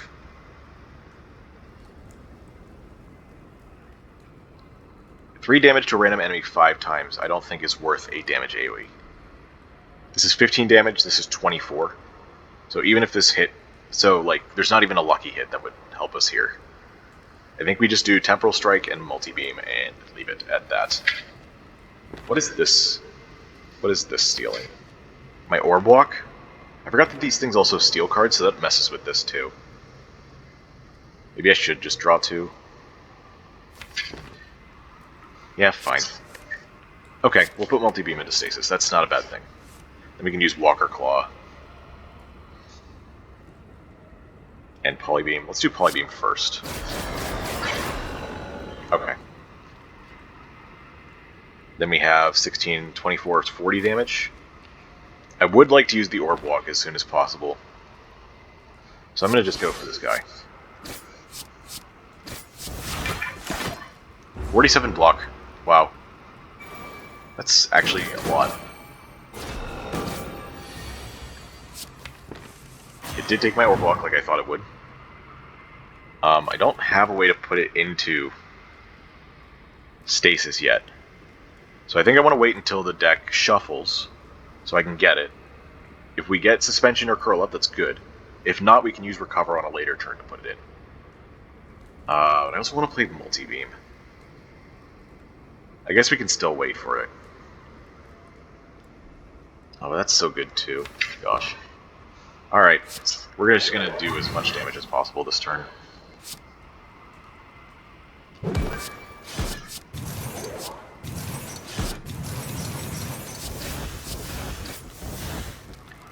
There's strikes in our draw pile anyway, so we don't need to let this take anything. Right? Maybe we do. Oh, there's only 12 damage anyways, so we're fine anyways. Wow, I don't know how I sniped that midair, but okay. And we always want to do recover, so... What do we want to recover for next turn? How much brace do we have left to go into defensive? 8? Okay, so any brace 8 card next turn would do it, which means we want to wait. Oh wait, no, we want to do Shield Charger now, because the first tick will be next turn, which is the ×2 attack. Then second tick is off turn. Then final tick is Hyper Beam turn. So I think this is correct. You know what? I am gonna let this take us. Wait, no, it's already gonna take a strike anyway. I wanted to let Orb Walk. Oh well, it's fine. We're doing just fine anyways. It's almost half HP. We're not even trying to do damage. Okay, it's not true. We're definitely trying to do damage. This took a strike, right? Yeah. Well, it's not like this is going to do damage to Automaton anyway, so... Oh no, we're taking 2 damage. That's actually perfect. Because now we won't exit defensive until the Hyper Beam turn. That's great. Also, we can wait to play... We can do this now, it doesn't matter, since we're in defensive already. Now we can even recover the Orb Walk. Hopefully this turn. 58. Alright, recover. Orb walk. Oh, it's weakened, right. So I don't even have to play shield spikes here, that's good. I can put it into stasis. I can put recover into stasis. Roll tech. This would have to hit automaton 4 times for it to be worth it, so I guess no to that. Is there anything else we want to put into stasis?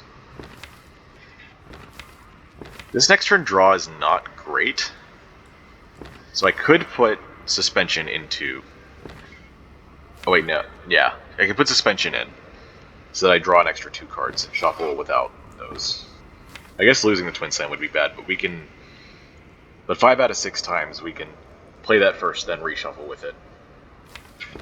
Okay, we'll bring back suspension. We're gonna play this. We have a kill very soon. Also, this orb walk upgrade is doing nothing.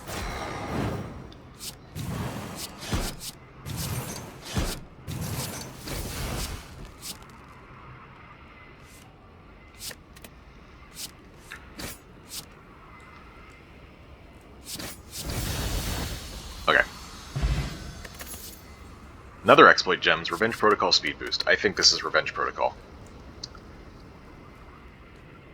Brace to go with our other brace, and strength to go with our damage cards. Even though it's only somewhat happening sometimes. I think it's still good enough. We're feeling very safe, I think.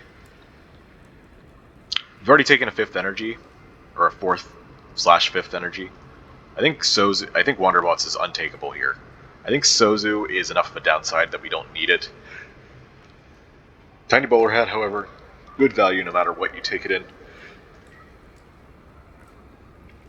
So I'm taking that. And I think now I'm going to take a break. Because Act 3, things start to go very long.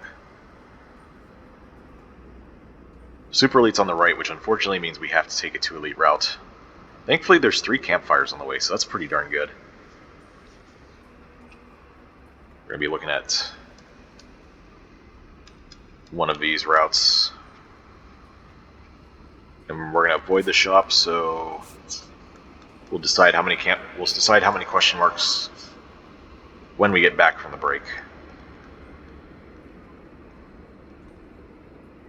Yep. These marks are going to be gone by the time I get back, but you get the idea. I'll see you in just a second. And we're back. Heading into Act 3, we are ready to go. Super Elite, Campfire, choose from here.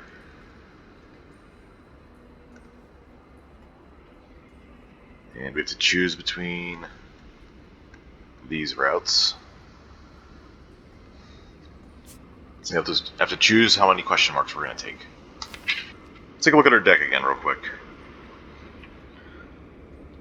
We have been taking some extra attacks to make sure that we're not low on attacks for hallway fights or for Reptimancer's daggers. We've got 4 multi-attacks actually, 5 if you include multi-beam, so that's nice.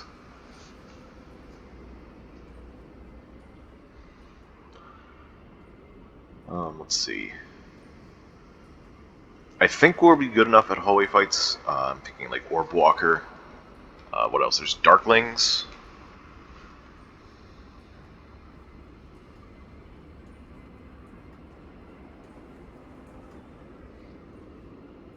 Orb Walker, Darklings. I'm trying to think of the ones that are in the easy pool. 3 shapes. Because the hard pool doesn't really... is not what we're looking at right now. Darklings, 3 shapes, Orb Walker. I think there's one more, at least. I'm probably not going to spend too much time, but figuring that out. I just wanted to think about if we're prepared to take that, if we should want to take question marks instead for events. Honestly, I kind of want to just take as many question marks as possible, just to see if we can get those 2 powerful events in Act 3. So I think we're going to go this way, and then from here we can decide, depending on the events we get here, whether we want to take another question mark or another fight. If we get a couple good events here, that makes the odds of getting a bad event, such as winding halls or sometimes falling, falling being a risky event. But I'm classifying that as bad here because it's not that could end up being an outcome we don't want. That increases the chance of getting those, since the ones we get are taken out of the pool for the rest of the act. So then we wouldn't want to go here. So yeah, we're gonna just stick with this. Alright, we did get Orb Walker first. Shouldn't be too hard to play this fight, although this guy's scaled up fast. So I think we do want to hit defensive early, which I think means Shield Spikes curl up. And I'm going to do Twin Slam here as well. Then I'm going to put Recover in, do Shield Spikes, and then Recover on Exploit Gems for next turn. So no damage, but that's fine.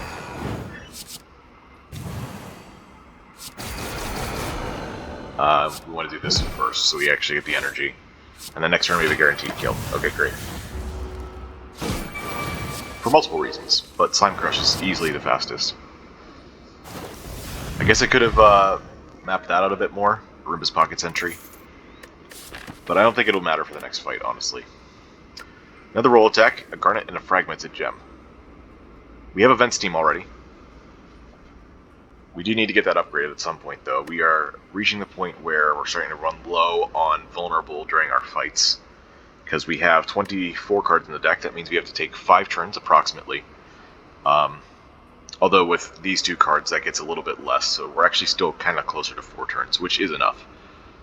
And that also includes, if we also include Stasis, taking out cards from our draw pile, then we can get Ben's team back fast enough. But Garnet can still maybe be a good idea. I don't want to take another Fragmented Gem here. The only place it would go is Exploit Gems. Maybe taking the Garnet is a good idea because it's another Strength Vulnerable combo, and putting it in the second card would allow us to have more consistency with our draw orders in terms of our damage. The only other things that I would want to put in Exploit Gems are like a Quartz or maybe a Citrine. I don't think any of the other ones would be worth doing, except maybe Amber for Accelerate.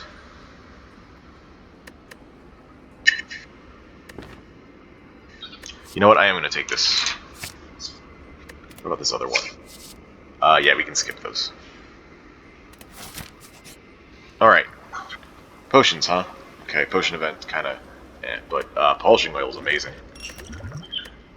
We are removing defense, correct? We've removed 1? Okay. Well, I guess if we get more stores, we'd be able to do that. Duplication potion better than liquid memories? Maybe? Although liquid memories can basically dupe any card except for powers or exhausts. We don't really care about duping a power here. There's nothing that gives us immediate value.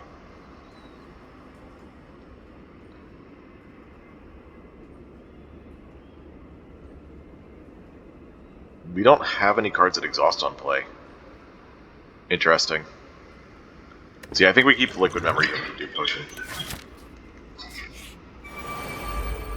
And we got Darklings in our second question mark. Interesting.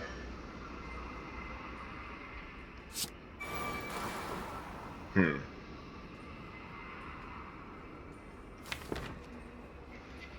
some reason I thought we had a 5th energy here, but we don't.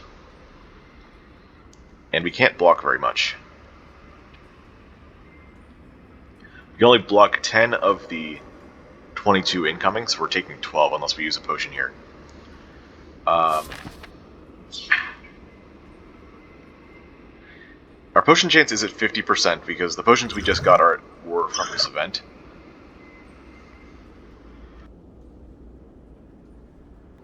And we didn't get a potion after the first fight. I'm pretty sure. Pretty sure we had both those at the end of the last times.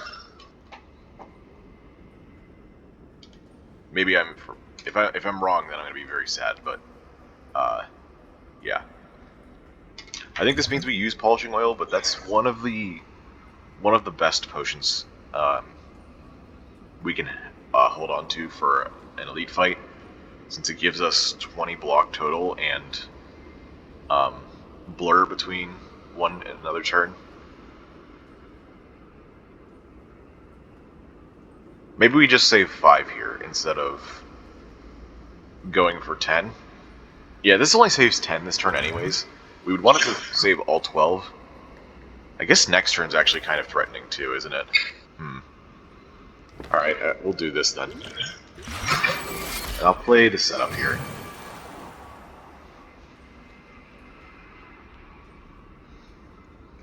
Question is, what do we want to put into stasis? I don't think we're going to have the resources to use Vent Steam well. So I think we just recover, defend, and use multi-beam for 1 energy.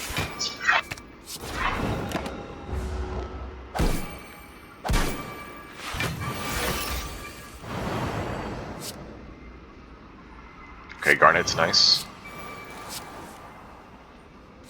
Just gonna put you into stasis immediately.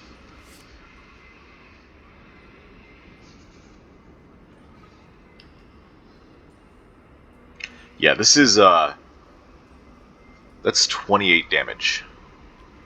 Although we did get invincible, that was pretty much just luck. We did get some extra damage though. So let's see. This is 24. This is 15 and 6. This is 10 and 6 and 10 and 6. And 3 times 5. 24, 15, 10, 6, 3. Okay, so 24 and 10 kills this.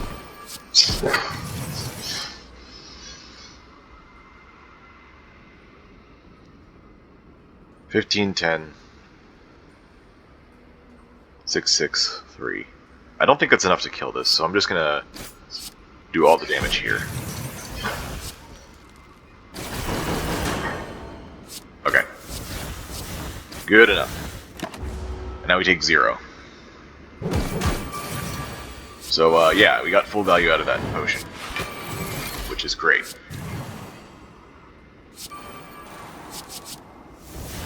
Definitely would have liked to be able to kill here, but that's just how it goes sometimes.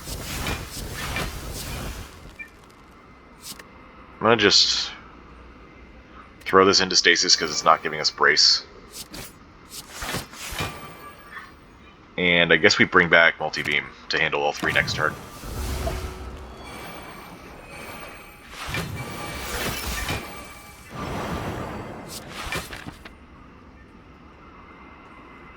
Up next is another fight.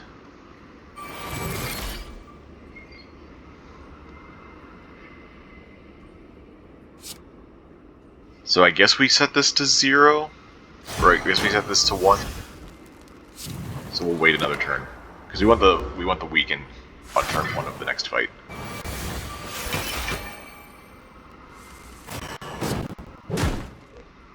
I'm not sure why there's so much lag right now.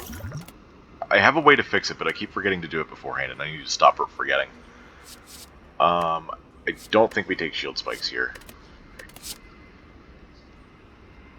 Another ruby. Interesting. Well, we did just take a gem for exploit gems, so I think we need to skip. We could also upgrade exploit gems to make room, but I would want to probably I would probably want to prioritize getting a stronger gem than a ruby in there if I did that. So it's going to be 2 skips.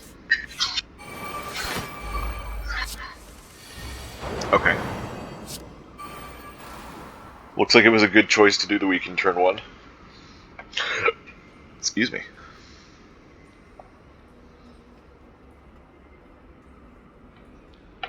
Unfortunately, the only way we have to put a card into stasis is to play Shield Charger for 2 energy.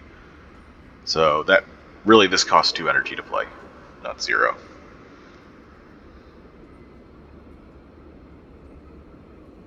Could do roll attack, shield spikes, and then play Twin Slam once.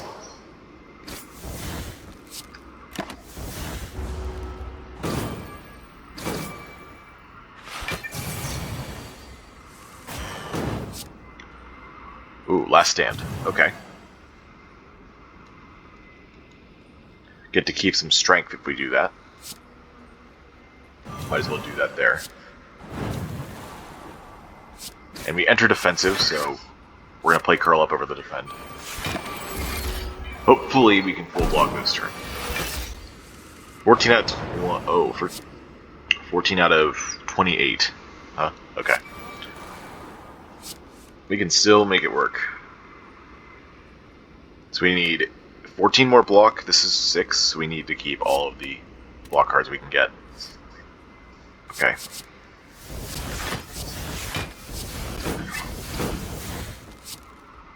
I guess we should have played this with the hand we got. We're not doing multi-beam or poly-beam with a spiker here. So let's put, I guess, exploit gems in. It doesn't matter what we pick here.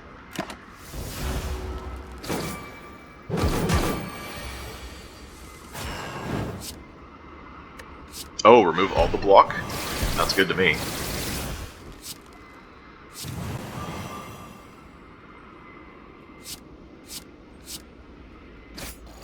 Can we? No, we can't.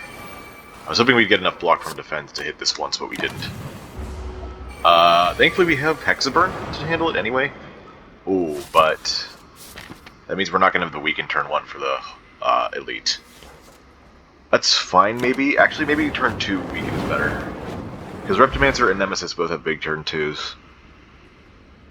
And Giant Head, does it start the big attacks on turn 3 or 4? I forget. If it's turn 4, then we're good. Attack Potion. Better than Speed Potion? Hard to say. Another Vent Steam. We could take that over upgrading. I don't think so, though. I think we'll have enough vulnerable by the time we upgrade our existing Vent Steam. I think Vent Steam, 2 Vent Steams and a Garnet would be too much for this deck. I think we skip both of these here. I guess there's a chance that we get bad draws against dagger summons, so I'll take this over the Speed Potion. Okay. Well, we got one of the bad events. We don't have a use for Madness, we have enough energy. We don't need a heal here. I'm not taking a ride for that, so we just lose 4 max HP. Unfortunate. But that's just how it goes sometimes. And now we're upgrading Vent Steam. Not very many upgrades left in the deck that we want anyway. Now that we've taken this route, we can erase that. And since we got one of the bad events, we're definitely going left here for another event.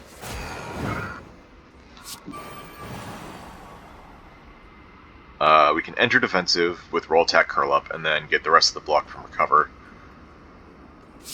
Can save multi-beam for next turn with curl up. I think we want to do that. And let's put this in for a few turns from now. This is 10, 16 versus 20. Even with slow stacking, these two won't be able to match up. Not to mention that slow, giving you extra damage, rounds down just like vulnerable and all that other stuff, so lower damage values won't get as much value. See, at 4 stacks it's still 2 damage. You need a full 5 stacks for it to be 50% more.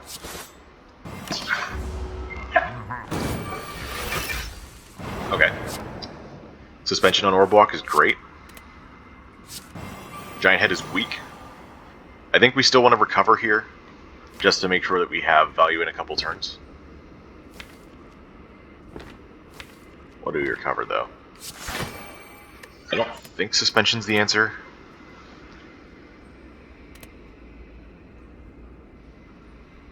Perhaps it's Walker Claw, so that by the time it comes out we get a lot of damage. Or Polybeam, for the same reason, but it comes out faster. Yeah, let's do Polybeam. Or do we want defensive mode stuff? We have defensive mode coming up, so let's just do this.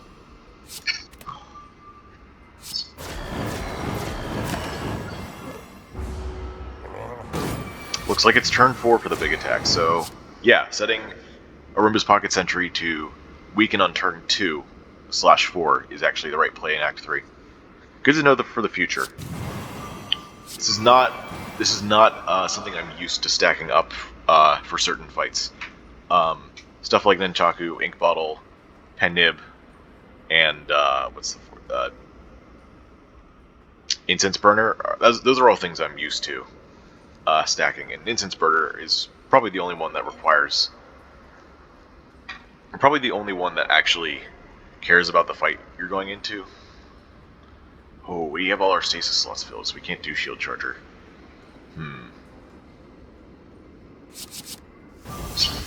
I also can't enter defensive to keep this block.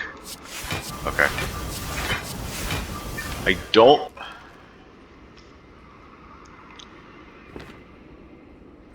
have a lot of block for next turn. We might have to just deal anyway. And I'm going to play this just for a stack since it's not going to do anything else. 61 damage is a lot for that, though. Alright. One problem, we are weak this turn. Thankfully, we have a lot of strength for this turn. And a lot of stacks.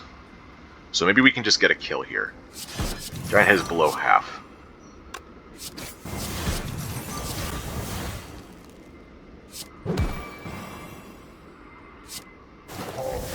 Wow, we didn't even have to play the other one.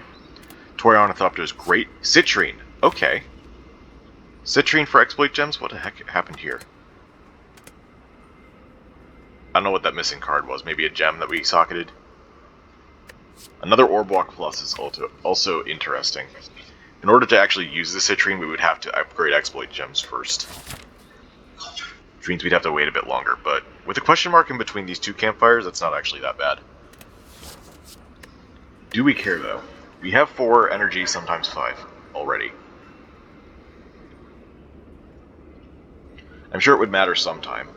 It's competing against this Orb Walk Plus that we're seeing right now, because the extra strength will still be very useful, especially with the consistency of having 2 of them in the deck. We can get 1 quickly. I think I would prefer a Quartz over a Citrine for exploit gems. We don't have to use we don't have to use an upgrade to make it good either. So I'm going to go with the Orb Walk. Although I do really like Citrine. Shop. Well, I guess it depends what's in the shop.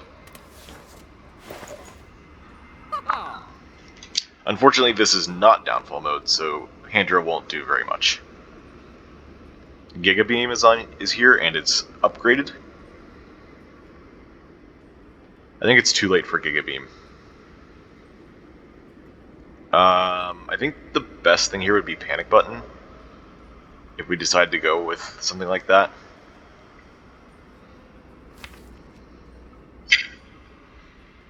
We could Panic Button and then remove later.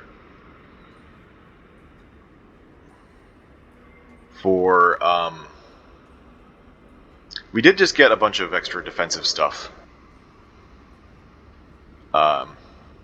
Shield Charger. Actually, was it a bunch of extra?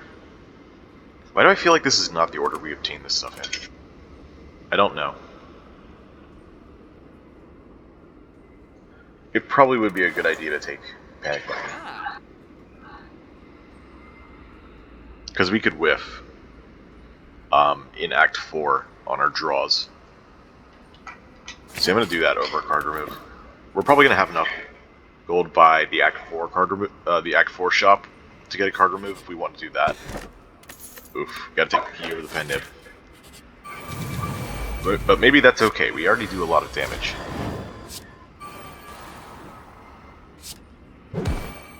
We only need 2 energy worth of multi-beam to do this, so I'm gonna target Reptimancer a bit.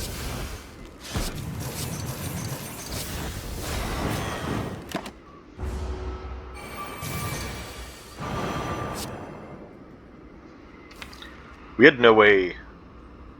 Oh wait, we have a way to enter defensive. We already played Curl Up. Or sorry, we already played Roll Attack. So we're still okay. For the time being. 11 and 5. 16.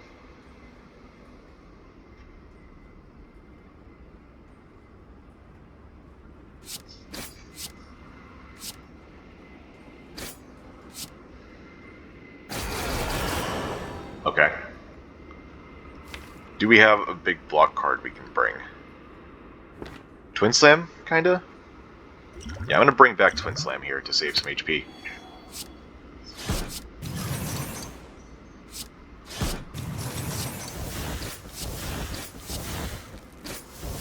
That saved us 8, I think?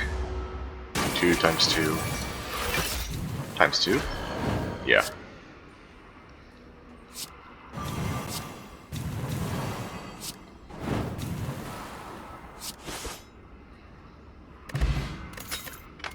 And we got another potion back. Hey, there's the citrine again! Okay, so we can just take it anyways. Cool. I don't mind taking it now. We were looking for something to upgrade anyways, so that's a good one. Panic button is good too, but we can upgrade that in Act 4. And of course our event is another fight. Can't get a good event this act no matter how hard we try. Sad. Shield charger. Is what I was trying to hit. I think we try to kill the middle one, and then use panic button this turn for block, and then let this block for next turn. So that's what we're gonna do.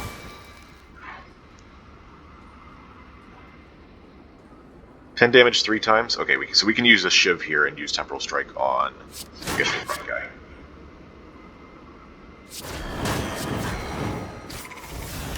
Okay.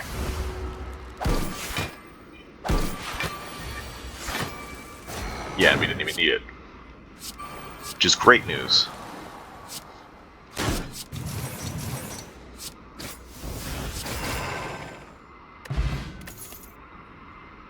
Don't need these. We don't have the space for Sentry Blast.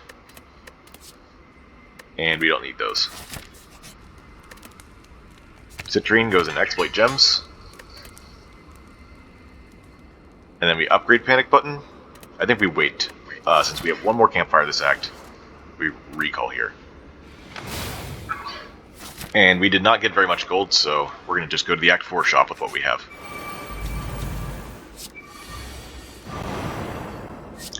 Final fight of the act is Darklings again. Go figure.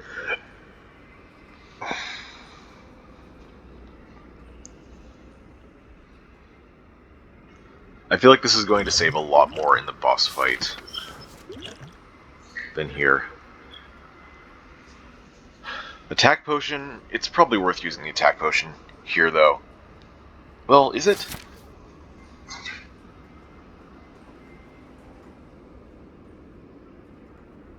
I'm thinking it's not going to be very good for Act 4 or the upcoming Act 3 bosses. So we get rid of it and make potion space for whatever potion we get from the Act 4 elites, or I guess from the shop if we find some good ones there. So yeah, let's see what we got. I had a feeling Gigadoom was going to be here, and I'm very grateful it is.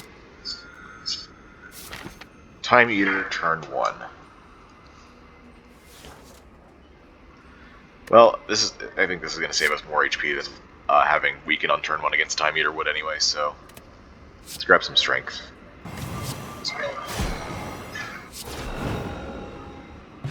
Alright. Polybeam number 2.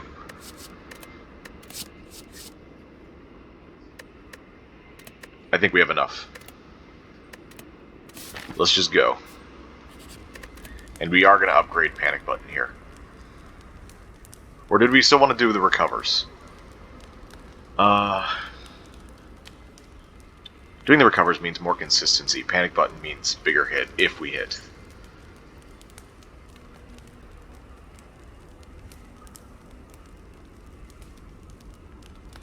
I was talking about all game how Brace 3 is really awkward for recover.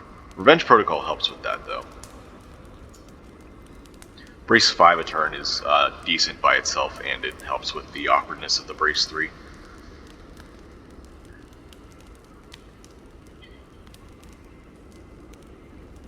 I think this is going to save us more HP than a recover, though. Should it actually work. Okay.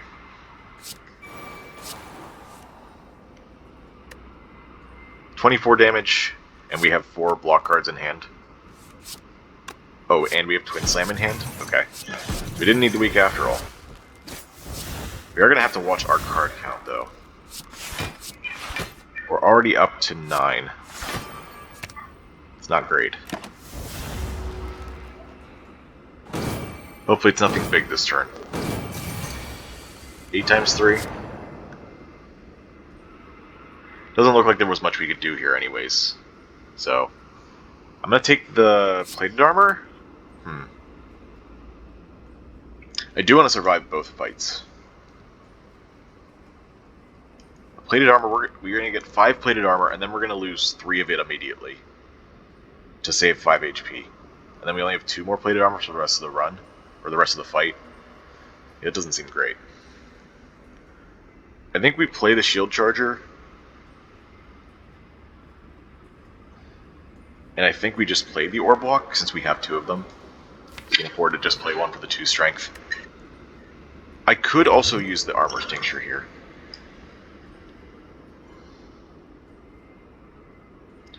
So, normally Time Eater is attacking for 8 times 3 here, before the weaken. After Time Warp goes off, it'll go up to 10 times 3, but with the weaken it'll go down to 7 times 3. So if we use Armor Tincture, that gives us 12, plus 5 plated armor is 17 out of 21, so we only take 4 damage if we do that line. And we get to keep 4 plated armor instead of 2.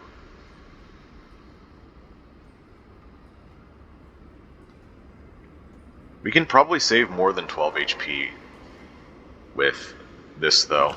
I guess it's technically 14 plus, since we're getting 2 more plated armor, and that's for 1 turn. Yeah, we can definitely do better than that, though.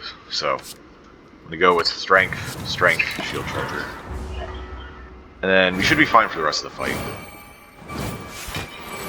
Also, if we manage to do this fight and the next fight without using the potion, we get to keep it for Act 4 and get the heal off. Shaper's Blessing again. Looks like we're going to have a lot of damage this turn. In fact, we might just be able to play 12 cards. 1, 2, 3, 4, 5, 6, 7, 8, 9, 10, 11, 12. Okay. Yeah.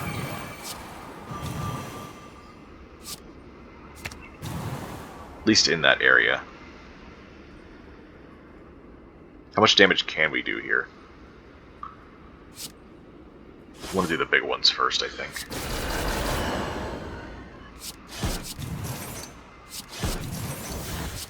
Eight, 9. Is there a chance we get a kill next turn? 10, 11. Oh yeah. Oh yeah, there's a chance. I think. Oh my gosh. Wow. Incredible. Okay. Yeah. Good fight. Okay, Donadeka. We don't have to worry about powers, which is good with, Tiny Bowler Hat. I should keep this in mind for the future. Tiny Bowler Hat versus the possibility of Awakened one. That's the downside. It's definitely not as free as I thought it would be. We got lucky this time, and this even happened, within the past few episodes as well, where we had this against, Awakened one, I'm pretty sure. So I gotta keep an eye out for that. I think we do want to strip Artifact here. I think we're playing Shield Spikes and Twin Slam. And Defend. So we're blocking for 17 out of 24. That's not enough to warrant the potion yet.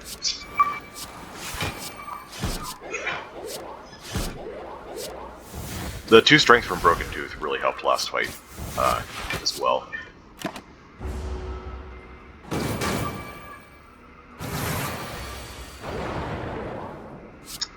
Curl Up puts us into defensive. Prepare Crush gives us an extra 10 block. That's great. We have 5 energy for 5 cards in hand. Let's not put something into stasis.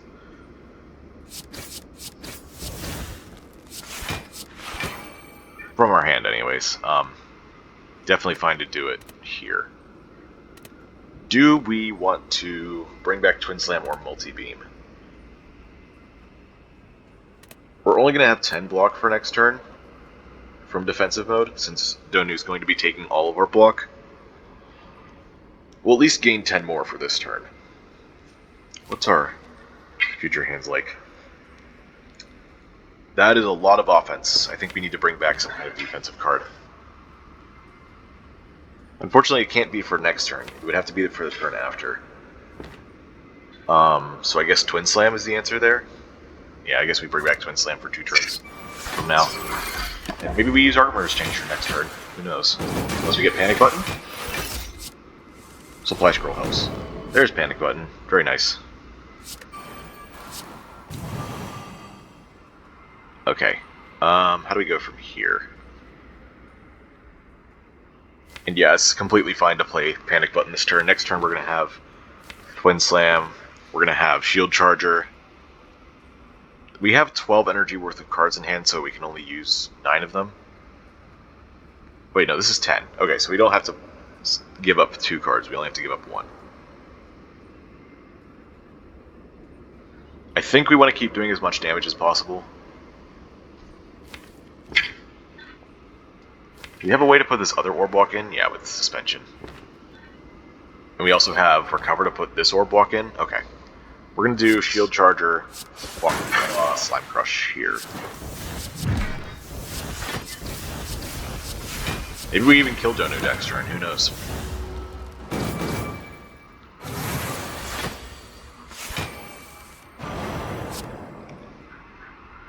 Oh, we can even cleanse the debuff. Hey, we got it. Very nice.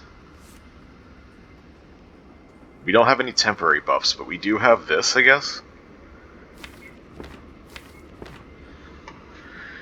Missing out on the Twin Slam kind of sucks.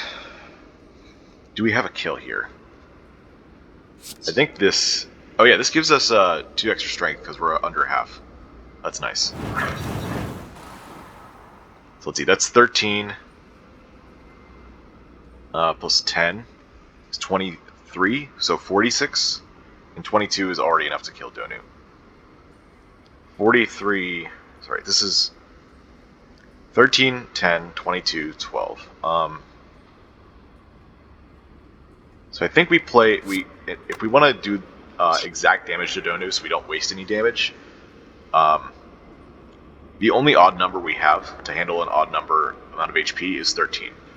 So if there is a way to minimize the amount of overkill damage, we play 1 Twin Slam. That leaves Donu at 50. Can we do exactly 50? So we have 10, 12, 12, and 22. That means the answer is no. There's no way to make exactly 50 with those numbers. Okay, but what about maybe playing both Twin Slams, taking it to 47? This takes it to 46. Wow.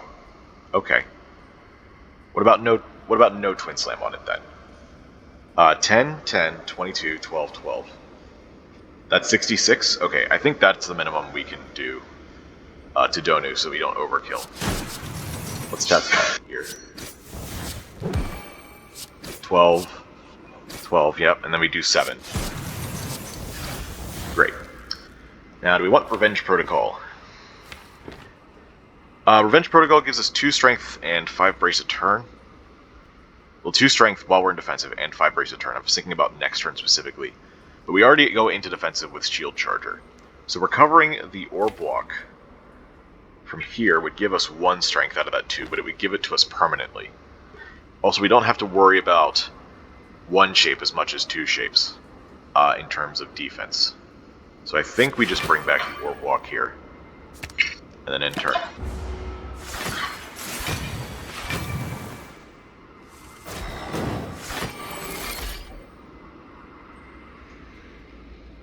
In fact, I think we're just going to accelerate here just because the extra Vuln damage. How much does this do? A lot. Yep. Oh, and that ends it. Cool. Didn't have to use the potion. 2,148. Pretty average. I do think that was a 0 damage Donu Deca, though. If I'm not mistaken.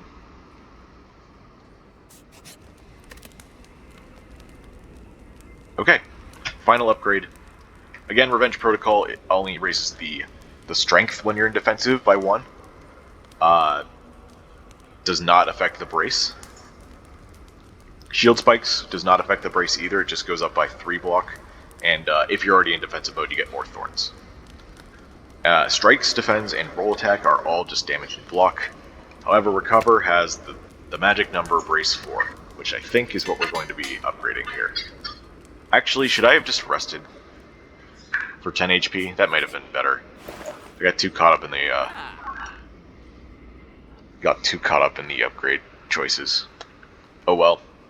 Let's hope that doesn't end us. Man, those potion choices suck. Strange Spoon is interesting, but unfortunately we don't really have the cards for that. Panic Button is really our only exhausting card when we play it. It doesn't affect Shield Charger, because you have to play the card in order for it to proc. And it would affect the shivs in our cards. We don't want to shuffle shivs back into our draw pile. I also don't think we care about Madness. We don't care about any of these other cards. It's just a card remove. And since we don't have any dexterity, I think we get rid of Defend and just rely on our defensive mode and our potion to handle things. Besides, strikes are going to be doing a lot of damage with all the strength we have.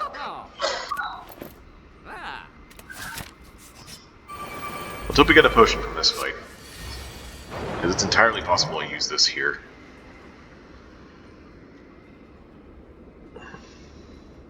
Alright, Exploit Gems cleanses the last of the debuffs. Ooh, I can recover it. I can recover Exploit Gems and then play Vent Steam to accelerate it out, and then draw another card. You know, I don't think, unless we're getting Panic Button exactly, I don't think we're going to be able to block this turn. How many cards is that? Recover, Vent Steam, Exploit Gems. That's 3 cards. We'd be missing out on 12 block from this. But then we draw a card. We have 4 energy left. 1, 2, 3, 4, 5, 6, 7. It's 28. Plus 5 is 33. Okay, so we don't have to use that yet. We can wait and see. I can't kill that yet. This does make me take less damage, though, and it's not blocking, so... If we get Panic Button, we don't have to use the potion. Okay, we did not get Panic Button. But we did get Suspension, which is still pretty much the same thing. The same thing. My mind is all over the place. It means that we don't lose any block on Armor's Tincture when we play it.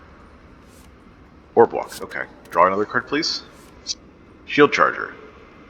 That's worth doing for sure. First things first, let's block.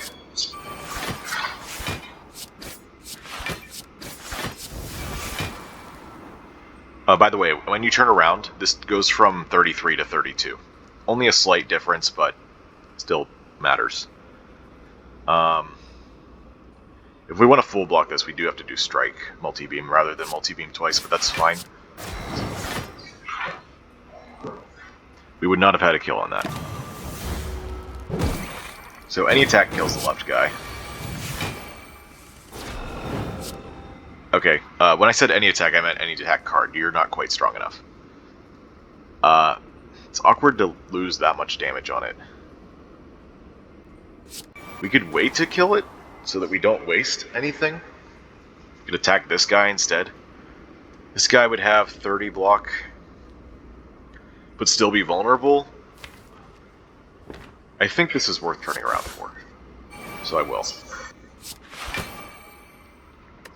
Also, I'm going to bring back multi-beam. I think that's the best way to handle it. Then we don't lose damage on this while also damaging this.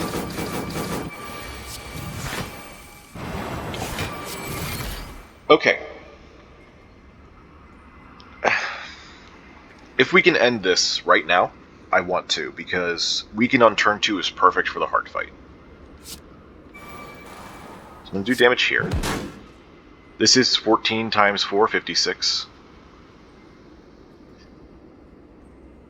plus whatever we get from supply scroll. Let's do this first. 1 shiv. Let's do this too. Okay, that's just enough. And even if it wasn't, we have 6 thorns. Tricky's Bolster Rod is great. Oh, perfect timing for Repulsor Plus. Or is it?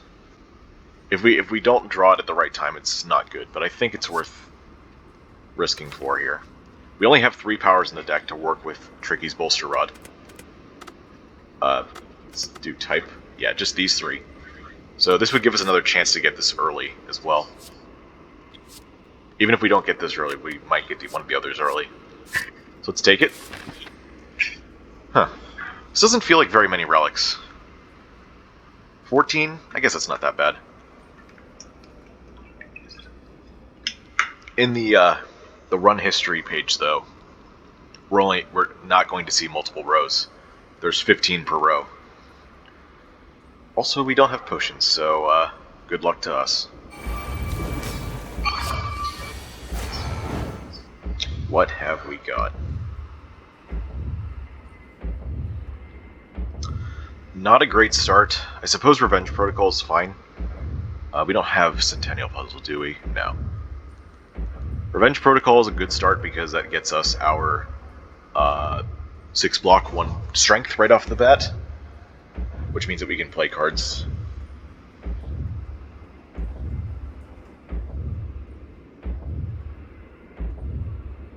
Let's see.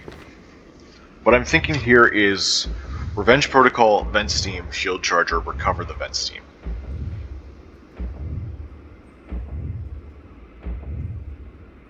Oh wait, Study the Spire. I forgot Study the Spire automatically triggers that. Because it's a turn 1. 0 cost power every time. Well. Should I bring back Twin Slam instead? Should I play Twin Slam, recover the Twin Slam, then steam it to accelerate it once, and then Revenge Protocol? Maybe I shouldn't Revenge Protocol, because that's 4 energy. No, I can Revenge Protocol... No. 1, 2, 3, 4. Yeah, it's not enough. Unless we put Shield Charger in immediately. I don't know, is it better to do Shield Charger now or Revenge Protocol now? Shield Charger would give us block in the next couple of turns, but we would also be frail. Meanwhile, Revenge Protocol, we can enter defensive and stay in it. Yeah, I'm gonna do this. We're gonna do Study the Spire, get the block. Twin Slam, recover, Twin Slam. Vent Steam. Second Slam. And I guess we'll take a damage to play the Shiv. We don't want it shuffled into our deck, so... Alright, please be the multi-attack. It is the multi-attack. Great news.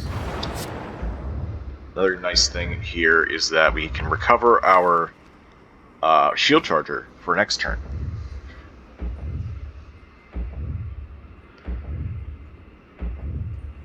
I think we do want to enter defensive here from taking damage.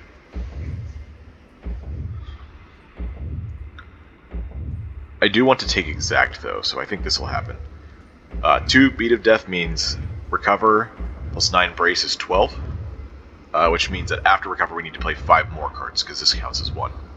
This is already 4, that's the 5th. Okay.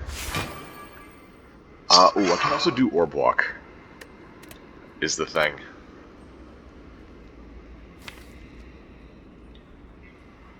We also won't need Shield Charger if we draw Panic Button. And if we don't, we're fine with taking the damage just to have all that brace. So I'm going to get Orb Walk to kill the heart faster.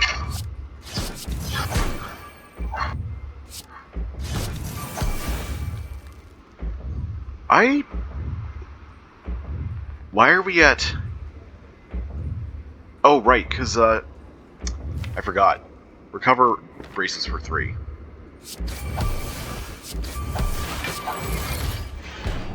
Also, we can play all these cards without taking damage this turn.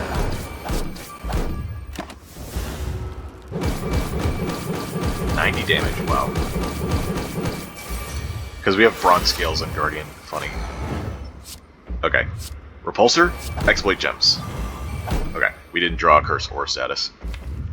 They're all still here except for, I guess a slimed? No, where's the other one? The daze. We already had a daze, okay.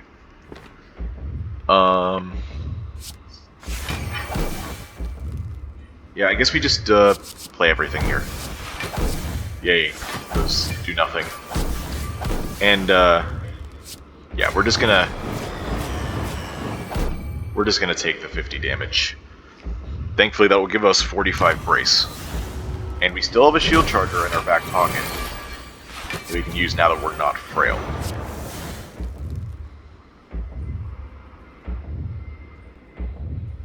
We only enter defensive for one turn off that? Huh. At least we have it for next attack, but that does make me nervous. If we draw Void here, we're still fine. So what do we want to put into stasis here? The burn? The wound? Either way, it's coming out next turn, and we can't shuffle without it, so it doesn't really matter. No, we do the roll attack, so that we can actually get the brace in time. I think.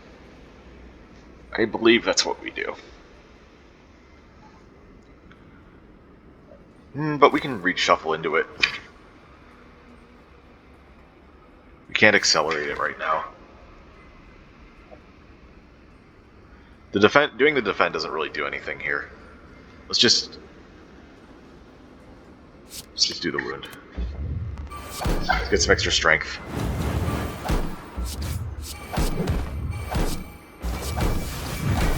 We are doing a lot of damage to the heart, which is good. I'm just not sure we're going to be able to survive them. We do shuffle back? Why? Why did we draw an extra card to shuffle there? We had 6 cards in the draw pile. Repulsor should have gotten rid of only 1. And drawn us 1. So that should have been 5 cards plus that. Instead, we drew 6.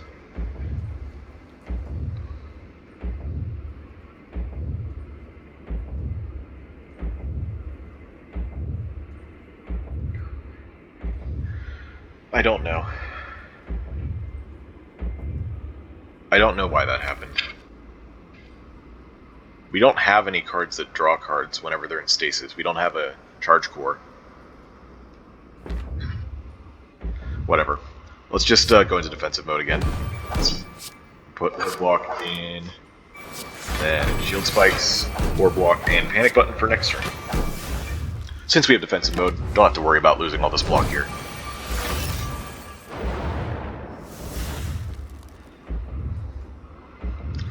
And thank goodness for that. I do have to do all the damage I can here. So we're going to take 2 here. And hopefully we can do the rest of the 100. No. Yeah, 112 damage, I guess. Yeah. Alright, so recover.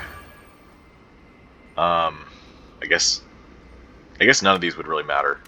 If we don't kill by next turn, I think we're just dead.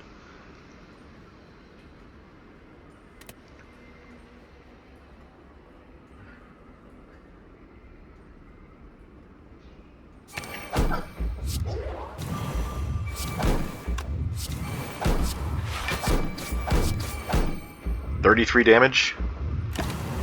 Can we do it? Yes, we can. We'll do Polybeam.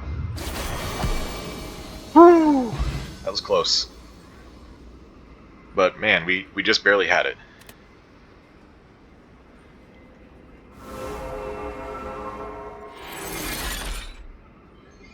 Did I maybe recover the wrong card at some point?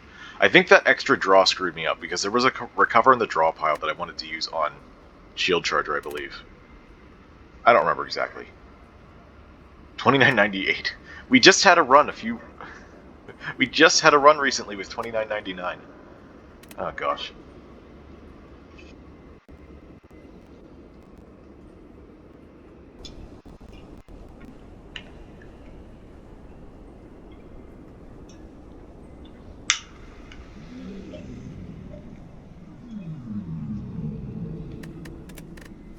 Alright, good run. Let's see. Didn't get the opportunity to go for many elites this game. Green key in Act 3 and just the overall pathing. You were only able to get 2 elites in 2 acts. Act 1 was kind of average. Well, actually better than average, because we got 3 elites and 3 campfires. At least we got 3 campfires every act. That's interesting. I guess we kind of reversed what we usually do with elites and campfires. We usually get more elites. But this time we just upgraded a bunch of stuff. And of course Molten Egg gave us some already upgraded things.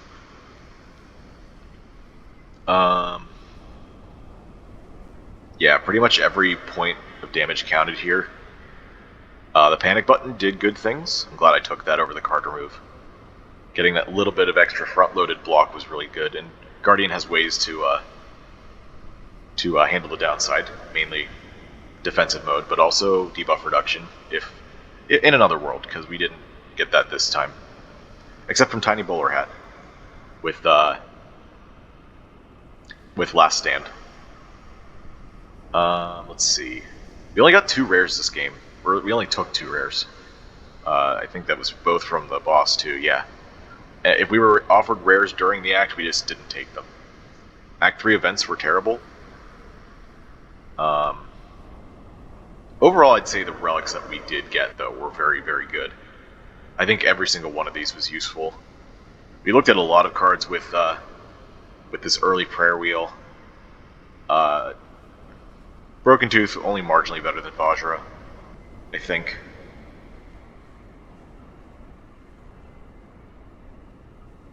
Preserved Insect, as usual, always good. I think this actually killed the... Well, we had a bunch of damage at the end of the game, but we might have had to deal with damage cap problems if we hadn't had this. Bag of Prep, always good.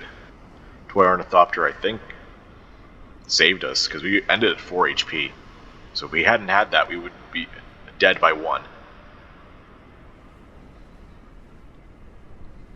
Yeah, overall everything worked out. Strength build, kind of cool. We succeeded in balancing out our attack density, getting our block system in place, as well as having the front load to defeat the heart. So yeah, I think I like the way that worked out, especially with the gems. The Shiv gems were very useful this time around. Maybe I was wrong about them. I think I've said that in the past, that maybe as the series goes on, I might end up changing my opinion about some cards, including cards that I'm not very... including cards that I put in F tier, in my tier list, like Frag Gem.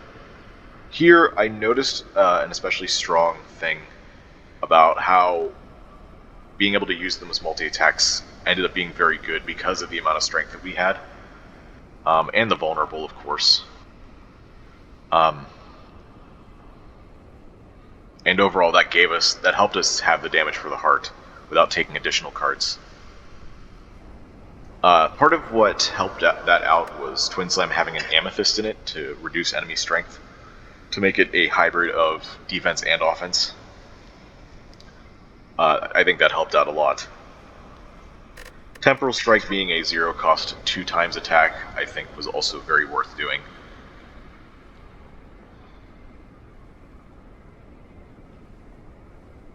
I think when I go back and watch